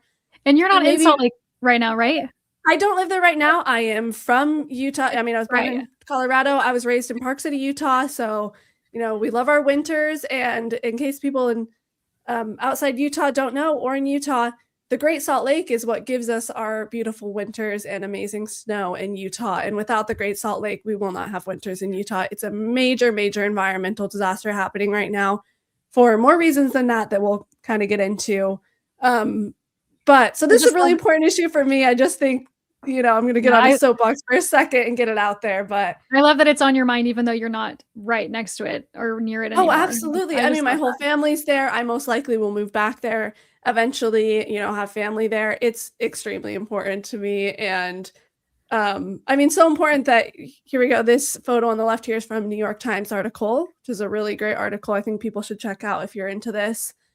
It says the Great Salt Lake is drying. Can Utah save it? That's the headline from New York Times. So I'll just kind of read through this a little bit. The Great Salt Lake has dropped to historically low water levels due to long-term drought and heavy water diversion for agriculture and urban use. As the lake shrinks, salinity increases, threatening key ecosystems, including the brine shrimp. We love the brine shrimp in Utah. Migratory birds, and overall biodiversity. This is the most important part to me. The exposed lake bed is creating toxic dust storms that impact air quality across the Wasatch Front. So there are lots of toxic minerals that, naturally occur underneath the Great Salt Lake that as it evaporates, those minerals are not held down anymore, and they are now being blown around, and it will cause disastrous results for the air quality in Utah, which is already one of the worst in the world, I might add. Here we go. Governor Spencer Cox said he discussed with President Trump a potential federal funding around $1 billion. This is recent, just discussion, but that's good. Yeah, something like that would be good. It's going to take something like this of really, really big moves to save the Great Salt Lake because it is dying fast. Here's just a quick news story to give people some background. We got an update we want to share with you today after Governor Spencer Cox has been working with President Trump for months to secure $1 billion to save the Great Salt Lake. But today, that is one step closer to happening. The president is requesting that $1 billion in his budget be approved. Arcade Gardner has more on that. While that $1 billion will need congressional approval, this is exciting news for state leaders and conservationists. I spoke to some to learn how this money could be used and why saving the lake is of national concern. The Great Salt Lake. Governor Cox says he's had many conversations with the president about the topic. We may get the full $1 billion. We're very hopeful for that. How could it be used? What we're hoping is that Congress will set up some sort of a regional plan that can be implemented through the Department of the Interior, where we'll have some ongoing funding that will allow us to do the projects that need to be done. Great Salt Lake Commissioner Brian Steed says those projects include updating infrastructure. During the high years of the 1980s, we kind of went out and re-engineered the lake from natural conditions to take water away from the lake.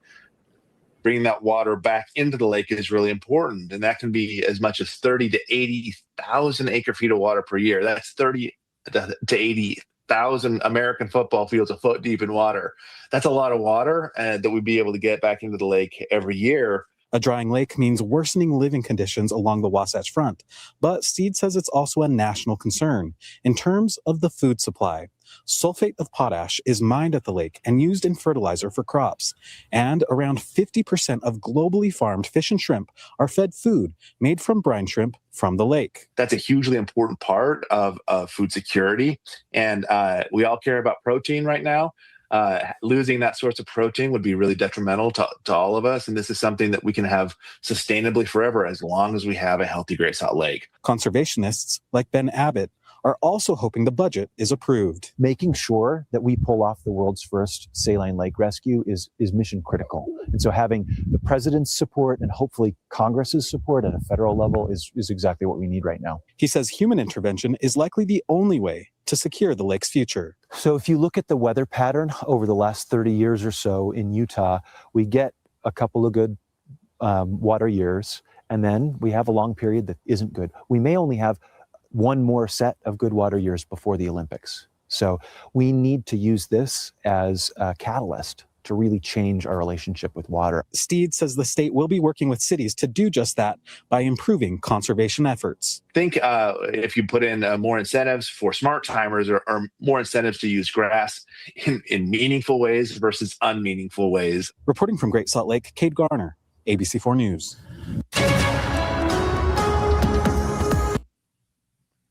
All right, Brooklyn.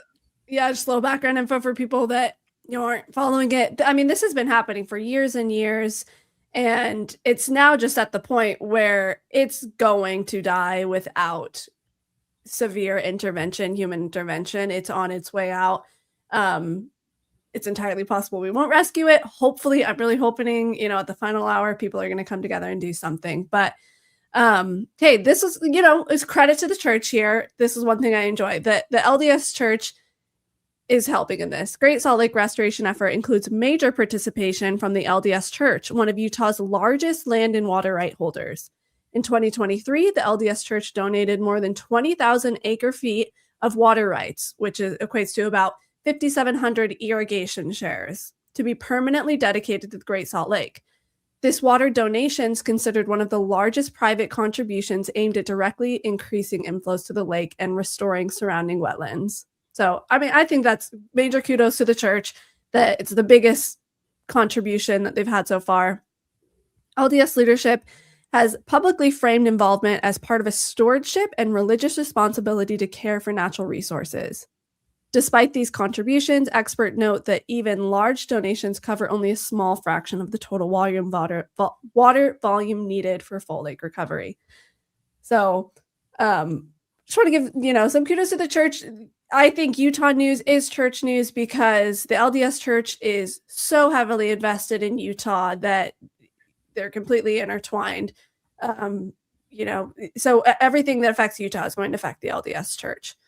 So I think they're doing the right thing by trying to save it, also providing for the communities there that we love our winters in Utah and all the things it provides. So I think, this is from Mormon Newsroom. This is from the LDS website of them talking about, this was from last September. So, this isn't new, but Church of Jesus Christ continues partnership to deliver more water to the Great Salt Lake. And I just highlighted a few parts here if we want to go through them. But the church is providing a long-term lease of between 4 and 74,000 additional acre-feet of water each year. Church of Jesus Christ of Latter-day Saints recognizes we have a role to play in caring for our natural environment here in Utah. This water lease is one of the several projects underway we hope reflects our commitment to wise stewardship. Like we said, it's the largest single water donation in the history of Utah. This water delivery is another step in achieving the goals shared by all involved organizations to conserve water, improve water levels, and focus on the overall health of the Great Salt Lake and its ecosystem. So something I love the church is doing. I hope that they keep going in this direction. This is me just saying people should absolutely read this New York Times article on it. She does a really, really great job laying out the issues and kind of what we can do going forward. And I think it's super important. So I love it, Brooklyn. I'll just add, I had heard that the Romneys, like the children of Mitt Romney, were involved. And so I Googled it and I found an article from last year that says Great Salt Lake Rising is a coalition led by Josh Romney, and it committed $100 million to projects that will develop water to the lake and improve habitat. Amazing. Along with the Ducks Unlimited, the nation's leading wetlands and waterfowl conservation organization, pledged an additional $100 million. So I think, kudos to, we had criticism of Cox, and sometimes we have criticisms of the LDS Church, but I love it that we're not at all afraid to also say good job, Elder Cox, and even good job, Donald Trump, if he's truly willing to invest $1 billion in helping save the Great Salt Lake. And that's great. Mm-hmm. And kudos to the Romneys and anyone else who's pitching in. Yeah. And if you read the New York Times article, it really will explain to you why this is not an issue exclusive to Utah. This will have reverberating consequences throughout the entire country in many, many ways. So this is not just a Utah issue. It's one of the like major ecological issues happening in North America right now. So yeah, just super important. I hope we keep fighting for it. Also, like, I don't know if we noted, we talked about the brine shrimp. That is the only place in the world where brine shrimp exists. So without the Great Salt Lake, they go extinct. It's a really interesting, biodiversity that happens there. As fourth graders in Utah, you go to the Great Salt Lake and you collect brine shrimp. And, it's a big part of Utah when you're growing up there. And it'll be sad if it's gone, which it will be without intervention. So just getting the word out there. Yeah, that's great. I love it. Yeah. I thought it was fun. Alyssa Grenfell is in the chat. Hi, Alyssa. We love Alyssa. And I think she gave a little shout out. What did she say? Oh yeah, here it is, Brooklyn. Alyssa writes, so great to hear from Brooklyn in the live stream. So we love you, Alyssa Grenfell. And I love you, Alyssa. I don't think people know we're related. We're sisters-in-law, basically. Oh, that's fun. Alyssa's sister is married to my brother, so we're all family. Love you, Alyssa. And a couple others. Arabian Nong Plinoy writes, thanks for doing this and love seeing Alyssa. Someone else joined just kind of the YouTube membership. Lavender AZ, welcome. And then Rye the Guy 6914. I'm yet to meet a politician who stands for anything. They usually go whatever the way the money sways them. Happy Pride Month to everyone who celebrates it. So let me just say again, Julia and Brooklyn, thank you both so much for taking on this assignment last minute. We love Megan of Generally Unquotable, and again, we would love to have her back. But I also love the idea of us being able to do this on our own when we want or need to. Mm-hmm. And Alyssa and Brooklyn, I think you both have amazing, wonderful, delightful insights and wise, thoughtful insights. And so it's so fun that y'all planned today and that you're such lovely co-hosts. So thank you. Oh, thank you, John. Thanks so much. Yes, we miss you, Megan. Yes, we do too. Yeah, come back anytime, Megan. And, but like you say, show must go on. So we'll step up. And also shout out to Rebecca Biblioteca Mormonish, and also to Radio Free Mormon and Bill Reel and the Mormon News. What is it? Mormon News Weekly, or I forget what they call their show, even though I named it at some point. The newscast? Mormonish newscast. Yeah. Okay. Mormon newscast every Mondays at 6:15 p.m. Yeah, the recent episode was great. Utah time. And yeah, Rebecca's out here breaking stories. She was the only one I saw that covered that church building one. So and also Mormonism Live on Wednesday nights. But and check out Mormonish and all the other great channels. Anyway, thank you, Alyssa. Thank you, Julia. Thank you, Brooklyn. Yeah. Thank you, John. Any final words? Yeah, thank you. Any final words, Brooklyn? No, I'm going to leave my final words with let's save the Great Salt Lake. Okay. Protect our winter. I guess mine is Happy Pride Month to those who celebrate it. Yes. Happy Pride Month. No more. Positive things to anyway. All right. Well, thanks everyone. Thanks for joining us today on Mormon Stories. Please like and subscribe and comment. Please share. If you donate, thank you. We couldn't do this without you. If you don't donate and you want to see this type of content continue, you can go to mormonstories.org/donate and become a monthly donor or one-time donor.